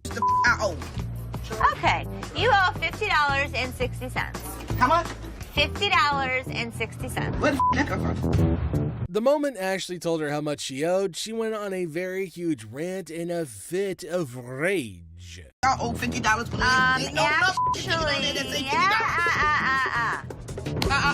ass. I didn't know somebody that age knew so many swear words. Like, it was just, wow. She's speaking so fast that it's really tough to understand what she's trying to say at all. It's like nobody understands the words coming out of her mouth. Getting riled up and screaming spooks me out. Okay, well, let's catch up again. Spook that job. Yes, spook that job. What can I say? Ashley tried to be as patient as possible with her, which is a first if you're new to the show. It's called Yiddish. What the is a Yiddish? Yiddish with a Y. Well, I understand that either. I understand Ethiopian. How about that? The customer would eventually wear her patience thin with her obnoxious attitude. You can pay after interest. Actually, you have three. You can pay after interest. First it was one. First it was two. Now it's three. Can you please make up your damn mind and tell me what the I gotta do? Just like she's always done, Ashley decided to screech her answers back in an attempt to match your energy, since her previous attempts didn't really get very far. Okay, then go pay $50.60 and come back when you want to. Where the is your boss at? I'm the boss. Now what? This customer was trying to sell a piece of jewelry that didn't exactly hit the specific weight to make him eligible to get the amount that he wanted to sell it for. It doesn't weigh enough for us to take it. Ain't no gravity in my... That's a pretty bold request that he's made, especially to an employee of said store. He wants me to take my jewelry off and put it with his so I can give him more than $5. $5. $5. I'm sorry. That's all we can go. We're just not interested. $5. We're not interested. Before he can hold everyone else up, Les manages to get him away from the window. Thank you. So I can't get, nothing for it? Nah. Ain't nothing gonna work? We're not interested. Ain't nothing go with it. I don't know what else you got to go with it. I ain't got nothing to go with. I'm asking y'all for something to go with it. Instead of just getting out of the store after all their business is over, this man decided to take a seat in one of the chairs in the store, which is a big no-no. No, he can. No. I will be forced to have you What you leave mean the- for? Who gonna do so? Immediately after Les gave him his last chance, the man made his choice, which can only mean that he'll be getting himself a one-way ticket out of the store. No. I don't. Okay, why don't we come over on this side? Let's come on over on this side. Why don't we come over on this side? So, You like that, man? They tried to escort him out as calmly as they could, but the man just wouldn't let up. now, come on, man. You don't want to be stupid. They'd eventually reached an agreement and the repair was underway, but the man decided to burst in once again to cause a scene. No! Get off me, man! No! All he got in return was his forceful removal, despite the fact that he was kicking and screaming like a little baby. Thank you very much. All right, man. I come here all the time, so you just gonna mess it up for me? I've been thrown out of better places. Next up, we've got this customer who had run into some financial issues that needed solving post-haste. I'm trying to get all my stuff out. So, what are you looking to do with that? I'm looking to get $100 for it to help me out. The deal was underway, but they eventually ran into their first cause for argument when the seller called this very outrageous price. What the hell is that going to do for you? $100 will help me move my out. It'll feed my dogs if I have to, wherever I find. To the seller, $10 probably wouldn't be enough to get him the services he's hoping to enlist with the money, but that's all Seth and Les can offer. What the do you mean it's going to be a good start? The $10 isn't going to be. Why couldn't you do 50 for this? Because I could never get 50. Since he was being pretty rude to him, Les decided to teach him a lesson. Either you're gonna and you're up in here disrespecting me, trying to hand my back to me. I'm not having that. No. Are you kidding me right? Things would have stopped there if he just decided to take the doll, but what he didn't, Les dropped it, an action that wasn't well received. If I were to do this, that's disrespecting you. What the is your problem? It's pretty clear that he's not welcome at the store, and since they couldn't satisfy his needs, he should have just headed somewhere else. Pick it up. You want to treat me like a bitch? You're going to be the bitch. Pick my up. Pick my doll up. Are you insane? Probably the funniest yet. She came in wearing the merchandise she was hoping to sell. How you doing? I'm good. How are you? I'm Shannon. Hi, Shannon. How much would you give me for this? How much you want? At least $1,000. Les's offer seemed quite little to this customer, who exclaimed greatly just to show his displeasure with the amount offered. I can give you 100. 100 for this coat? I want more than 100. How about 100? How can she expect him to trust her judgment on the price? She doesn't even have an inkling of what the coat is really made of. Ma'am? Okay, you got me up. It's Fox. This is a rabbit, a bird, whatever the I want it to be. They decided to just troll her as hard as they can because they could. You gonna give her more than $100 on that? I will give her more than $1. What the $1? Hell, who the is he? He's my fur expert. The lady refused to take this blatant rejection well, so she protested against it, causing a scene in the process. You my security too? There you go. Oh! Y'all don't know who y'all with up in here. Bobby J had to attend to these customers who were in the market for a ring. I'm gonna post my boyfriend. Tomorrow's our 6th anniversary, 6-year anniversary. Really? Yes. With jokes being thrown around and the likes, you'd have thought things might just end differently from the others this time. Okay, so what size, do you know the size that he is, or ring-wise? Oh, I thought you was talking about that size. I was like, that is too personal now. No, I'm not. Bobby tried his best, putting them through as they went round checking the set of rings they had available at the store. Now, I gotta practice now. I'm gonna pretend like I'm close to you, okay? Oh. That's pretty uncomfortable, but for the grind, Bobby had no choice other than to offer himself up. Now, Tay-Tay, we've been together for a while. Will you marry me?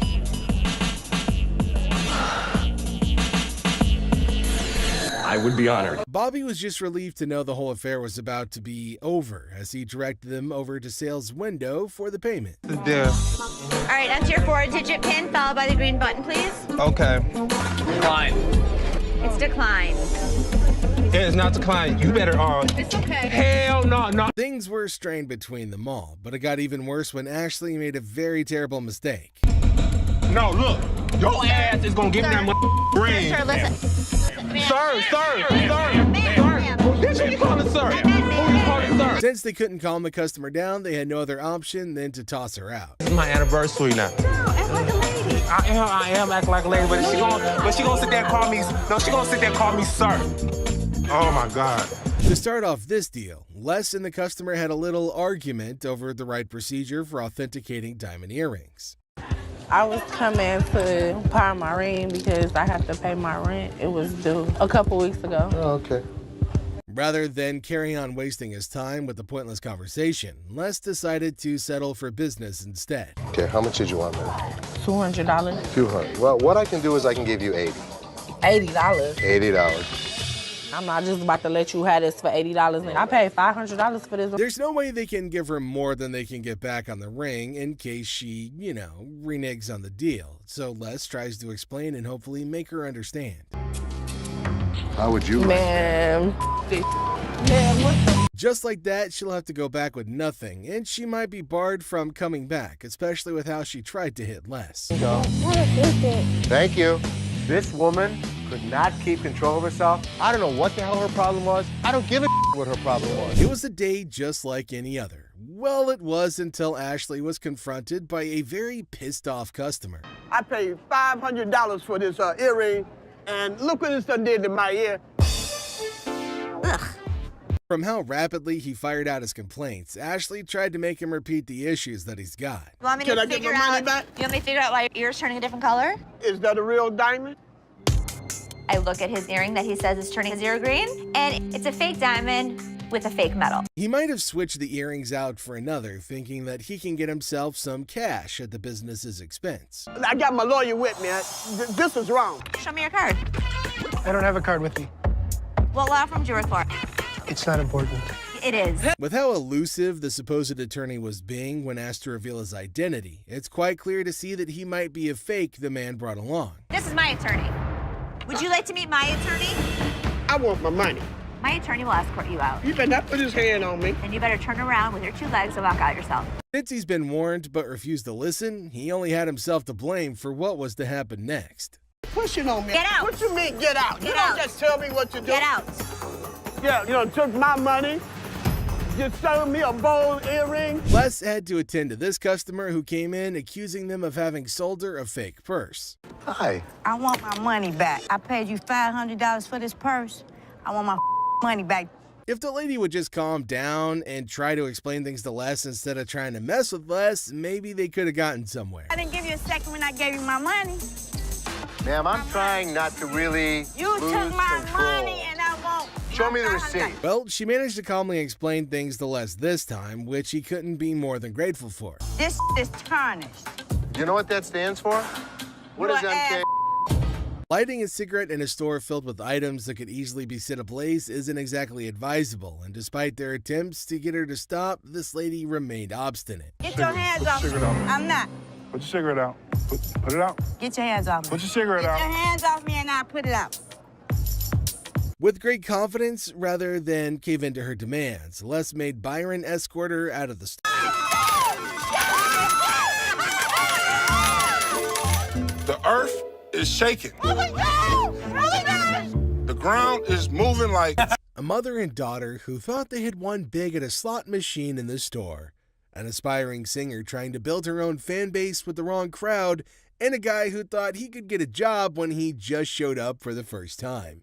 These are the biggest clowns on Hardcore Pawn. First up are these customers who found a piano in the store that caught their eye.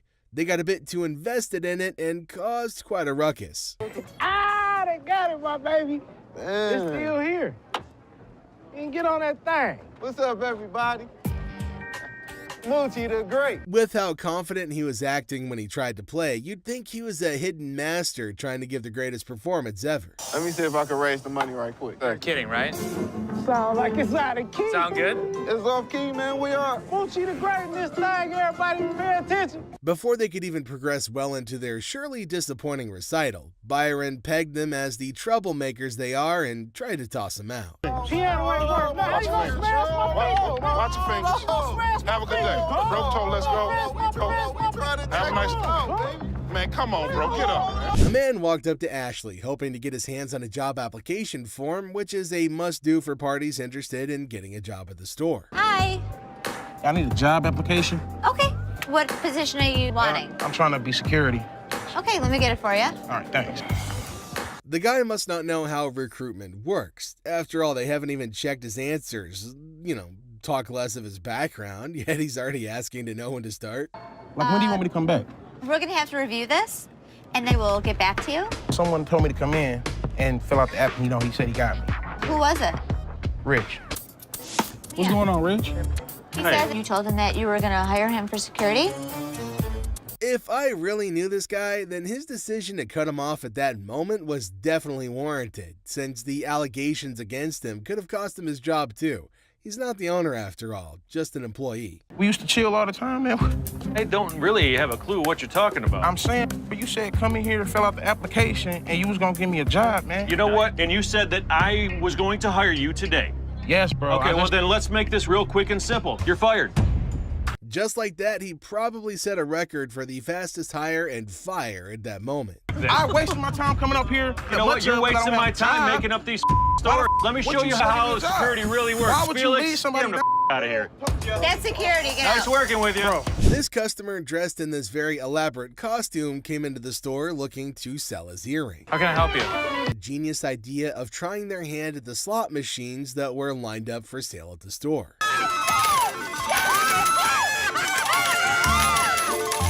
The earth is shaking. Oh my God! Oh my God! The ground is moving like... Seeing how happy they were at getting a win that isn't real, Seth had no other option than to come over to bust their bubble. I wonder how much that is. You got nothing. It's for sale. This is a toy. That's a toy. It's a toy. This is here for the customers to use. Well, you tell me where it says in English anything that you won, anything. It's just funny how they came to a pawn store to gamble. A pawn store of all places. That's the furthest thing you can get from a casino. You want to talk to the manager? You are. You're the manager? I'm the manager. Oh, nice. I'm not going to just say we're not going to get anything. You're not going to get anything. That's a really funny mother and daughter duo right there. They seemed to believe that they had rights to claim rewards and they were going to go through any length necessary to get them.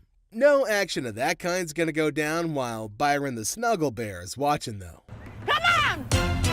Y'all out of order! Mom, let's just go! Oh, out of order! Early in the morning, Les was absolutely dumbfounded when he saw these two men came in bringing in the oldest set of desktops ever, thinking they could actually sell it for anything at all. Got some equipment here. Yeah. We need some money. We're going to out west. We killed all the deer in Michigan, so we got to go out for bigger and better stuff. They even had the audacity to call that much money with a straight face, thinking they've actually done something right. It's about like $400. We need more than that. Yeah, we need more money than that. What I can offer you is zero. You mean zero? Most people don't get that aggravated when they bring in like ancient artifacts. Yeah, people collect these. Oh, they're antiques now. Being older doesn't exactly make you smarter, and these guys are a clear-cut example since there's no way they just called something essentially worthless an antique. Zero. How many times do I need to tell you? We're not interested in. Leave the store. I'm not taking it. Guarantee you it's walking out at the same time you are. Have a good day. Although they walked out quite amicably, they made sure to make their intense hatred to the idea of getting sent well known. Oh, man! Man, why you break that, man? I dropped it on accident, man. I didn't break it. After dropping their items, they ended up getting cussed out by this random customer too. It's definitely not their day at all. Get your ass on out of here! Mind your own business. That's Detroit! I know what it is. Now we've got this British lady who started kicking up a fuss over what she considers an overpriced coat. Sorry, lady. My name is Ashley. Okay, Ashley, lady, how much? 400. Come on. How much? 400. If she really wanted to get the coat for less than that, she should have just negotiated like normal people do instead of acting all snobbish. I've come into your store to buy a coat. I ain't come in this store for you to rip me off. I'm not ripping you off. Those are actually just reduced to $400. No, I typically don't It's go going to around cost me a smelling lot of coats. money to get this coat clean. Do you mind? Sensing a storm brewing, Byron made sure to move closer since an attack on Ashley's person shouldn't exactly happen on his watch. I'm sorry about that. British lady here, you know. Okay. Not one of your just bloody Americans. Come on. Show her the We're not looking at this big guy. We're looking at you. You're going to make me? He will. I don't think so. Nice to meet you. How you doing? Pleasure. If she knew she wanted to be treated the right way, then she should have headed over to a more sophisticated store. But that's only if she could even afford it. Have a good day. I'm not interested in your $200. Goodbye, lady. Goodbye, lady. I don't need to call security. You don't need to call them. What you gonna do? If he directed the aggression towards the real party that hurt him, maybe he wouldn't have had to make attempts to get packed out of the place in the first place. I think, honest, have a nice day. Yo. In this episode, the employees at the American Jewelry and Loan Store had no other option than to bear witness to the horrendous efforts at making music by this supposed aspiring musician. Hey everybody, I'm Nikki J. Hey y'all, I'm an inspired singer. I'm trying to make it to the top. We can hear you. Yeah, that's not what a cheetah sounds like, but it's definitely reminiscent of what a dolphin or a baby seal might sound like if it's being clubbed to death. Are you interested in purchasing it? How much? For you, 80 I bucks. wanna sing a song. I wanna be a star. It's time to go, sweetheart. I'm sorry. You are killing my dream. You is a dream killer. Oh my God. I mean, props to her for her dedication to her craft. She didn't even falter as she kept on singing her words at the top of her lungs. You is a hater. You is a hater. You is a hater.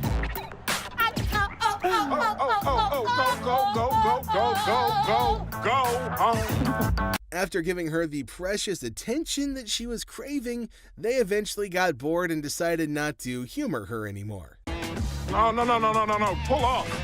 Want to? Man. Come back here. You want to? This customer tried to push a coffee machine he was trying to sell that was in the worst condition ever, claiming that it's brand new.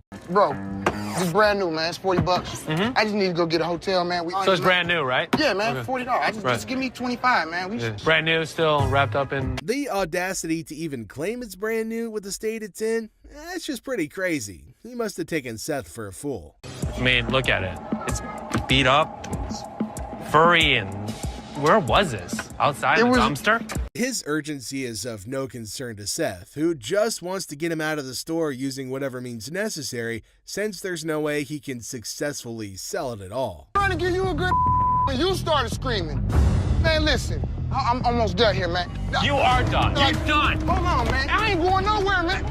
We bet the staff at the pawn shop love their job, if for nothing else, at least for the drama that happens every day. Now, this is one funny scenario. A friend escorts her friend to the pawn shop only to realize that the laptop her friend wants to sell was stolen from her. Everyone is confused as the two friends who came together get into a fight. What the hell? You mean to tell me you don't stole my damn laptop and I don't blame them damn kids for this damn laptop? All this damn taking my laptop. Oh well, whatever. I think that these women were fighting. Now, these women are causing a scene, but they don't care at all. At least the fight's not against the staff of the pawn shop, so Les isn't bothered at all. Just when Les was about to hear the full gist, the friend who successfully got her laptop back came back for a rematch. Les is standing looking lost. My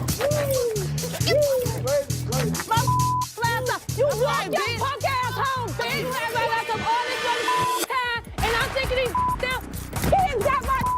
The funniest part of it is that the friend who threw things missed them all. She could steal her friend's laptop, but she can't even throw a can at a target? Now, on second thought, this lady's audacity is pretty insane. Did she think that her friend wouldn't notice that it's her laptop, or her friend would just stand there and watch her sell it? I think that these women were fighting over a laptop. You know what? We ain't even friends no more. You don't come to my house. At least they weren't yelling at us. Little bony ass bitch. Walk home. Get money back. Walk home. Walk home. The man walks in with a unique Native American artifact, and Seth loves it. Things go south when the seller uses Ashley's joke on her. Now, Ashley doesn't like it, and Seth isn't helping matters either. The problem is that Ashley is too emotional to be a businesswoman sometimes. So, the pawn shop loses an artifact because of an innocent joke that was even apologized for. And to think that Ashley started it makes it even more ridiculous. How you doing? Got a few Native American artifacts here for you.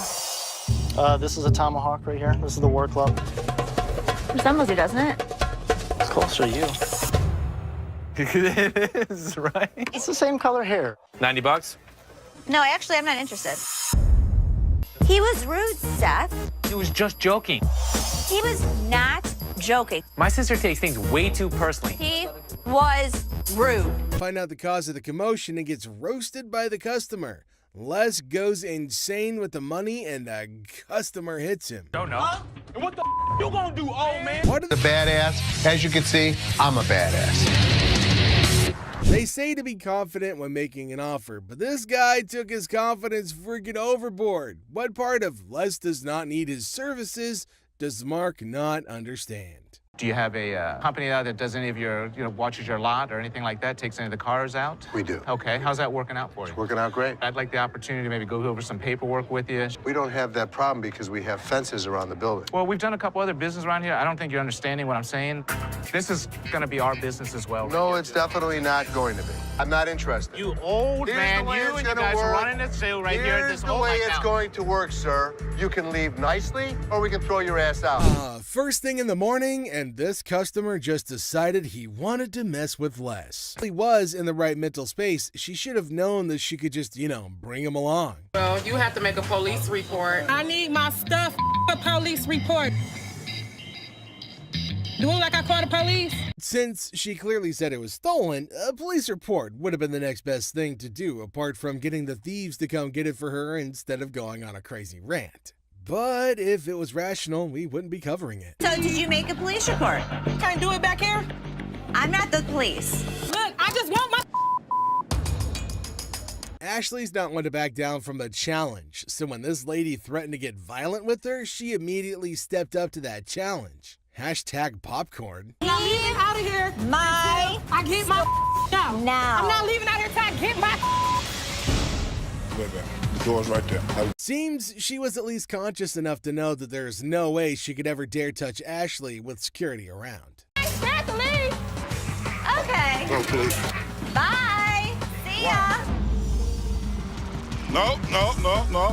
Next up is this crazy lady who came in yelling her lungs out in the store without minding the fact that she'd be inconveniencing others with her really loud bellows. Also, she might want to choke down a mint. I could smell that crap from here. Me like that, who the hell you think you talking to? No, I'm talking to you. You know what? I'm gonna come and show your bitch ass. If she knew she wanted privacy, then she could have tried to, make her call more freaking discreet. Ma'am. Hold on. Hey, lady, This miss. is our... Don't follow me.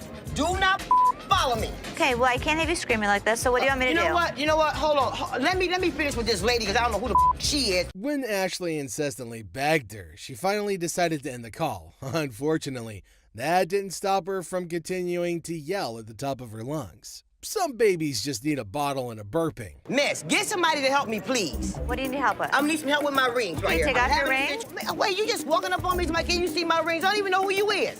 Ashley decided to adopt a really funny tactic in dealing with this particular crazy lady. She decided to annoy her until she leaves. If only that worked with my in-laws.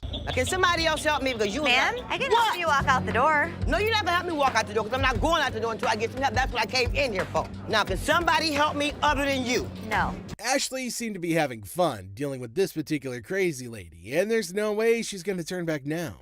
Follow me no more. I won't come back in this bitch. All the motherfucking times I've been coming in here giving y'all my motherfucking and this is how I'm getting treated, y'all.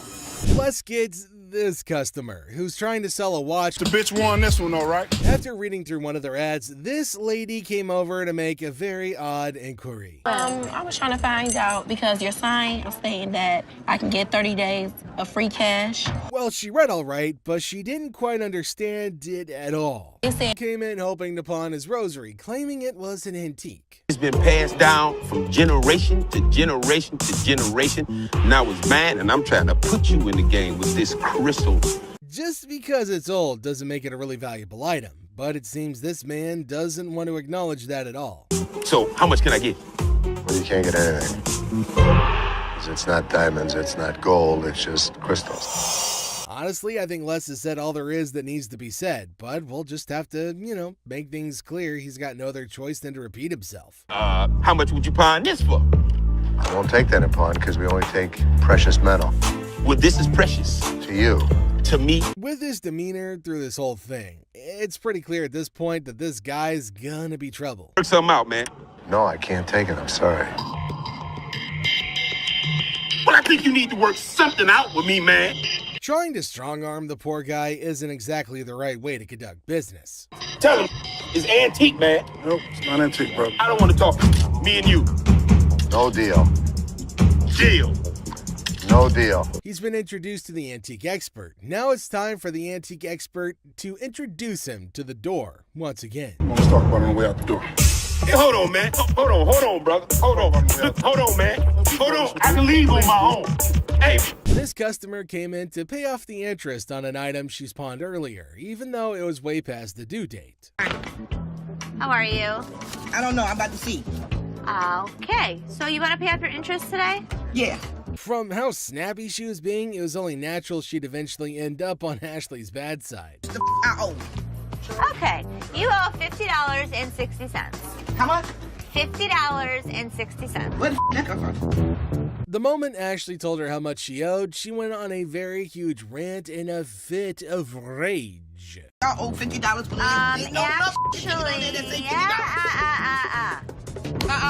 ass. I didn't know somebody that age knew so many swear words. Like, it was just, wow. She's speaking so fast that it's really tough to understand what she's trying to say at all. It's like nobody understands the words coming out of her mouth. Getting riled up and screaming spooks me out. Okay, well, let's catch up again. Spook that job. Yes, spook that job. What can I say? Ashley tried to be as patient as possible with her, which is a first if you're new to the show. It's called Yiddish. What the is a Yiddish? Yiddish with a Y. Well, I understand that either. I understand Ethiopian. How about that? The customer would eventually wear her patience thin with her obnoxious attitude. You can pay off your interest. Actually, you have three. You can pay off your First interest. it was one. First it was two. Now it's three. Can you please make up your damn mind and tell me what the I got to do? Just like she's always done, Ashley decided to screech her answers back in an attempt to match her energy, since her previous attempts didn't really get very far. Okay, then go pay $50.60 and come back when you want to. Where the is your boss at? I'm the boss. Now what? This customer was trying to sell a piece of jewelry that didn't exactly hit the specific weight to make him eligible to get the amount that he wanted to sell it for. It doesn't weigh enough for us to take it. Ain't no gravity in my... That's a pretty bold request that he's made, especially to an employee of said store. He wants me to take my jewelry off and put it with his so I can give him more than $5. $5. I'm sorry. That's all we can go. We're just not interested. $5. We're not interested. Before he can hold everyone else up, Les manages to get him away from the window. Thank you. So I can't get nothing for it? Nah. Ain't nothing gonna work? We're not interested. Can't nothing go with it. I don't know what else you got to go with it. I ain't got nothing to go with. I'm asking y'all for something to go with it. Instead of just getting out of the store after all their business is over, this man decided to take a seat in one of the chairs in the store, which is a big no-no. No, he can. It's an offer his employee can't resist. Everyone enjoyed that, even Rick, especially Rick. I'll buy you lunch for the week.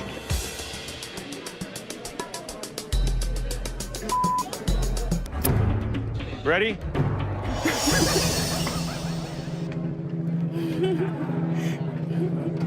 Seth closes a deal with the pacifier-sucking lady, and we can all agree that he made the best of the deal in every way. Would you suck it for $20? So 300. Sure. You want to do it? Great. Thank you. For $300, she got a good deal and we got a good deal. This customer walks in with Travisky crystals. Seth has no idea what the hell these crystals are, but he knows what this woman has is not real. My grandmother gave me that ring before she passed away, and she told me that they were Travisky crystals. I'm not interested in your crystals. No, I'm not going anywhere until you give me some money for my crystals. Do you not understand English? The crystals may be fake, but not everything about this lady is fake, and she does her best to make that point to Seth. Me, personally, I'd rather buy a Kyber crystal. Something that's real. Really? These right here, they're real. They're real. Can I get some money for those? So you're gonna, you know what? All this fake ass. You don't know no crystals when you see a mother. You. Have you ever seen a devil walk into a pawn shop? If you haven't, then you're in luck. The next customer to walk in claims that he's the overlord of hell. Seth. They call me the devil. That's some freaky there, boy. Let me tell you. Yeah. Yeah, he was a devil. Sure he was. Les doesn't care if this man is a 2,000-year-old fallen angel. The pawn shop owner is going to make a deal with the devil if he can make some profit from it. How long did it take you to get all these tattoos? Probably 2,000 years. How old are you? 2,500 years old. Tell me what you give me. The merchandise is worth scrap value. I could have gotten $650 for this stuff. I'll take $650. I can't give it to you. Sorry. Two old men come into the store looking to sell a computer that could go for a lot of money, if they sold it in 1997. We need some money. We're going to out west. We killed all the deer in Michigan, so we got to go out for bigger and better stuff. Most people don't get that aggravated when they bring in, like, ancient artifacts.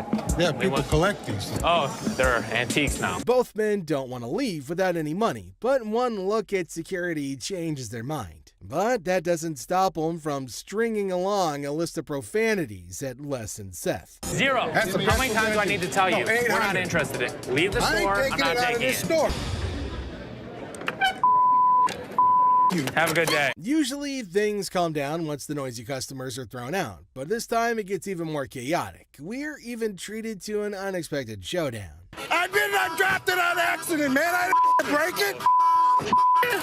I thought it was you, man. Oh, that's good. Two men come into the store and make the weirdest purchases. While Les is happy to make sales, his curiosity gets the better of him. You certainly won't believe what these men want with these items. I was looking at the chainsaws over here. We have chainsaws. Can you make us a deal on both of them? Sure I can. So what's all this stuff for? Home defense. What? Is that what The you put around zombie your yard? apocalypse is coming. Where other people see weird men, Les sees dollar bills. The veteran pawn shop owner goes into full salesman mode and makes even more profit from the hardcore zombie killers. Zombie apocalypse? But you know what? As long as they were buying, I'll listen to any bull they have to throw at me. Thank you very much. I'll have my guys write you up. I think we got a pretty good zombie kit today. Got us some chainsaws. You know what, Rich? You, get out of the store. To Tony, Les failed as a boss when he refused to try to know what could have led to the issue. How many chances can I give this guy? Ashley, how many chances can I give you? Me? You. Seth calls in Ashley, Seth, and Karen over to his office to go over the results he got from their miss. Making rounds through the shop, Les finds out Rich wasn't in his post. Where the hell is he? Rich! Seeing that Rich had left the business in a bid for pleasure, Les calls him over for a chat in his office. I'm looking for you in layaway. Where the hell are you? I gotta sit in layaway all day long and just wait for something to happen. I needed to take care of something that was out on the floor. Les threatens to fire Rich, who had been a loyal employee at the shop for over 20 years. Karen attends to a couple who come in looking to buy a ring. Being as helpful as she can, tries her best to give the details of the ring the lady picked. However, she seemed a little bit unsure with the way she was explaining, so Ashley approached with them. She manages to snatch the sale by pitching in without consulting Karen, who started the whole thing, leading to her having an even more unfavorable impression. Starts normally enough. You might even call it pleasant. Hello. Hi, how are you? I'm good, how are you? The intent behind the customer's visit to the shop is adorable, but the valuation of her gadget is high. It's worth less than $500 to Ashley. How much would she be willing to give to the devoted girlfriend? Need a laptop. This has happened before. I'm waiting for 20 minutes and Roddy doesn't show up to get this laptop, like if he's on break or if he's gone. The manager that I asked didn't come get the laptop, so I'll just... Leslie decides to fire Justin since his actions breached his trust. You broke my trust, and because of that, Justin, you're fired. Attends to a very strange customer who walks into the shop with an imaginary companion. A man walks into the shop with hopes of trading in his faulty phone for another. Download it. Just ask her. The customer reveals he didn't bring a receipt with him, a very fatal mistake. Just get the hell. Without any evidence to back the man's claim, Rich asks him to take his lead. These phones right here, what about that one right there? Did that one work? The man and his girlfriend meet Seth with the hopes of making a trade. He told me he spent $1,000. They're not real. They're not real. No. The man tries to stop his girlfriend from trading in the earrings he got for her so he can... The woman accuses Ashley of selling a fake item to her. Hi. How you doing? Good, how are you? I asked for a chinchilla scarf. Yeah. And you sold me a rabbit. This look like chinchilla to you? How much did you spend? Do you remember that? I know I spent the grip. Grip. Ashley tries to get a handle on the situation at hand. Okay. How do you know it's rabbit? I guess my girl told me. She threw it back at me and told me this ain't chinchilla, this is rabbit. After the customer revealed how she came to the conclusion that the item was a fake, Ashley denies having sold the item to her. I didn't sell you this. You sold me this. Do you have your receipt?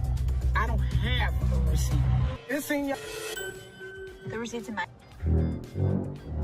To confirm if she really bought the item from the shop, Ashley asks for a receipt. However, the woman maintains a confrontational stance. You sold me this for real. I ain't leaving here until I get money back. That is Bub's money right there. Ashley could only stare in shock as the woman put out her argument. Look at it. It's slapped there. Look at that. Ain't nothing chinchilla about it. I want my money now. Take that home if you want to, but I want my money, that's all. That was nice on you. Well, Byron tried to escort the woman out of the shop before the situation got worse. man, I spent your money up in this bitch. Why you so violent, girl? Go on up out of here. Try to be nice to you. Now you're gonna leave it? You wear that. Two ladies walk into the shop, heading over to the redemption section of the shop to reclaim a employee attending noticed something wrong with the pawn ticket they brought in immediately. Les decides to head over to confront the woman who had taken to harassing his employee when she failed to. Les reveals the ticket they brought in is a fake. The two quickly beat a hasty retreat, all while threatening to bring in a lawyer. I wanna hear it! I can get loud just like you and make a scene if you want. Or you can act like a lady. The customer is always right. It's time to go. I'm yours. I want to see you walk outside. Come on. Rude customers making unreasonable demands. Pretty violent women who can't keep their hands to themselves, and silly delusional customers who are more trouble than ever. These are the First up is this customer who came in hoping to get her son a gift. Hi, how you doing today? I'm good today. I wanted to find something nice for my son. But she must be demented, since she kept on claiming she dropped a phone on the display case when she clearly didn't. Where the hell is my phone? Something wrong? Yeah, my phone. I just let my... Did you take my phone? Take your phone. Things went even further south when she decided to accuse the lady standing right beside her of being a thief. Don't touch me, yo. You better get off because I... Get the manager. You Calm down. When it devolved into a true scuffle, Karen had no other option than to kick the two out before they could cause even more of a disturbance. Yo, y'all better get this lady because I ain't got Yo, nothing. please, Yo, listen, this is listen. crazy. I'm out of here, yo.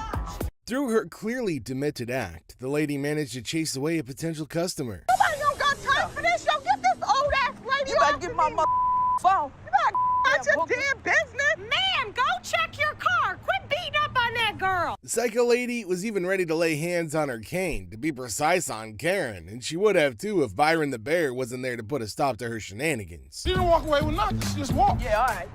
Man, don't hurt nobody. And watch how you use that cane. Shut the hell up. You got grandkids? You know, Ashley's got bigger pipes than a church organ, and I never thought I'd see anyone that could actually out-yell her, but oh, this lady can. Innocent customer got more than she bargained for when she ran into this other customer who came barreling towards her to accuse her of damaging her TV. Excuse me. Bitch, you hear me? Bitch, What, you made me drop my TV. You dropped your TV because you wanted to drop your TV. First of all, bitch, I said hold the door and you ain't... It was a lady's choice if she wanted to hold the door for her or not, and with her phone in her hand, it was pretty clear she was busy too.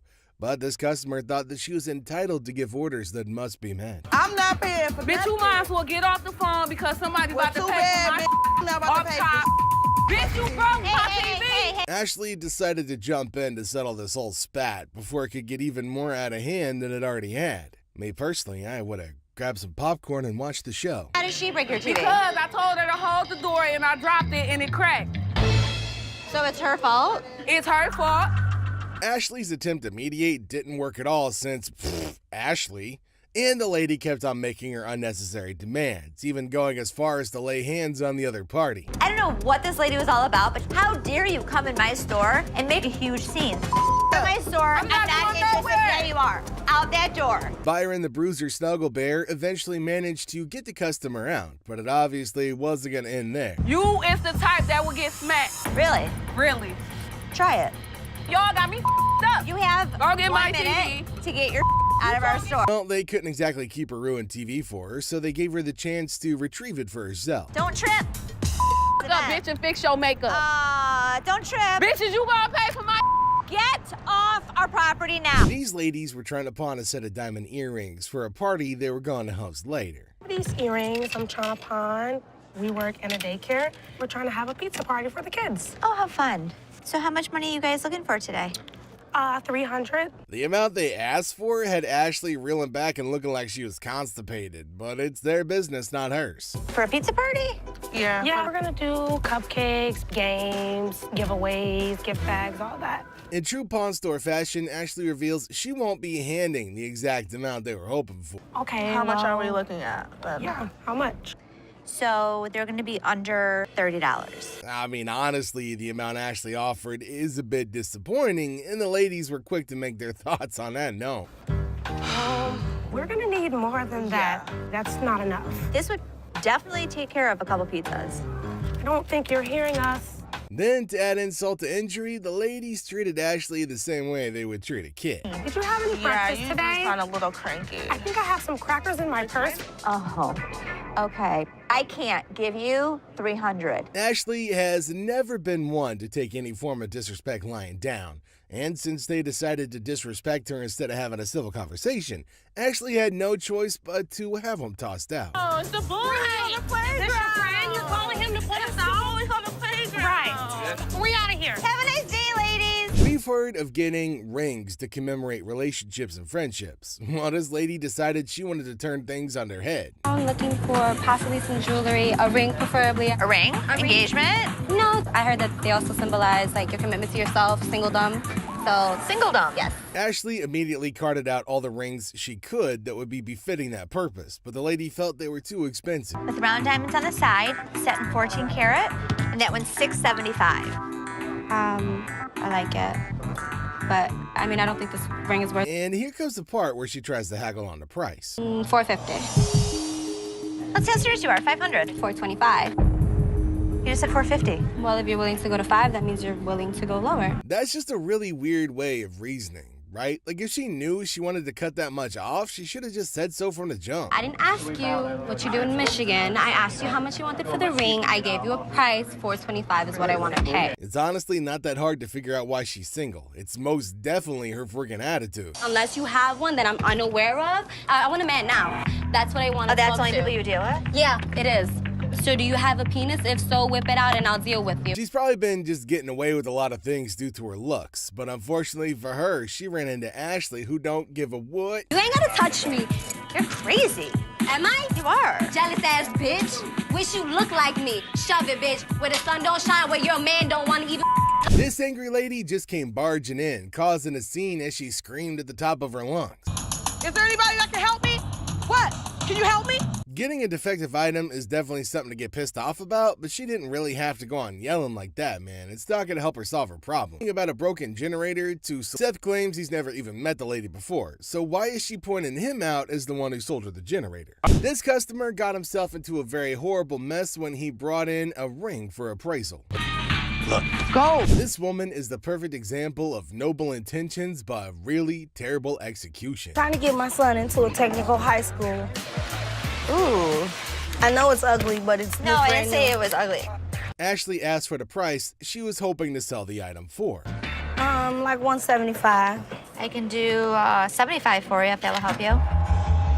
Being a frequent customer, the woman's entitled to a few privileges that could help bump the numbers up. I can get it for you for the same amount that you've had it in for. What was that?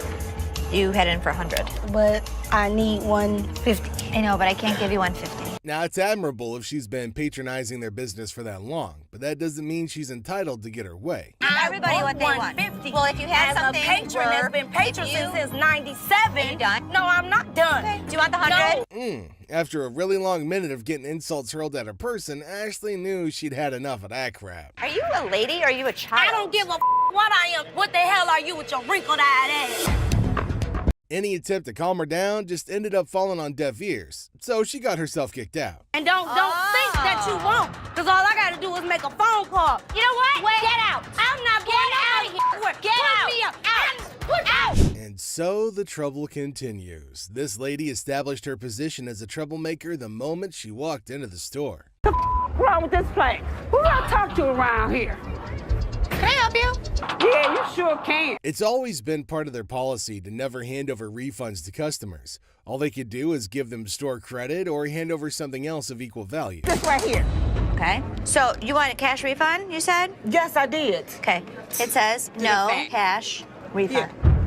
For a native English speaker, this lady seemed pretty clueless about the meaning of those words printed boldly on her ticket. So here's your option. You have 30 days to make payments. I don't want to make no payments. This is a bull. I just want my refund. Can I get my damn refund? In an attempt to insult Ashley, she made some really odd noises that would probably be reminiscent of what you'd think of a raptor sounds like. I want to hear it. I can get loud just like you and make a scene if you want.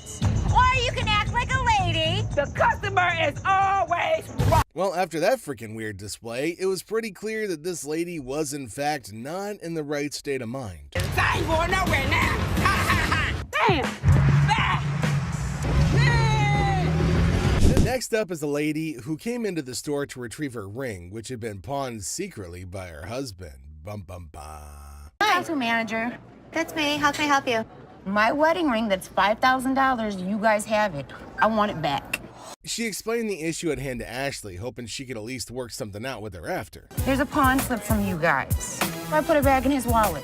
So your husband stole your wedding ring?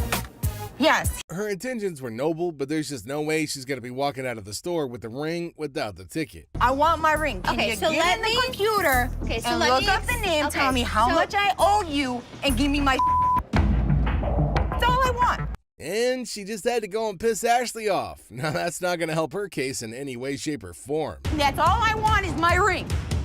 That's it. It isn't that Take hard. your pretty little feet, walk your pretty little legs out of here. Having had it with her and her terrible attitude, Ashley asked her security to escort her out of the store. It's time to go.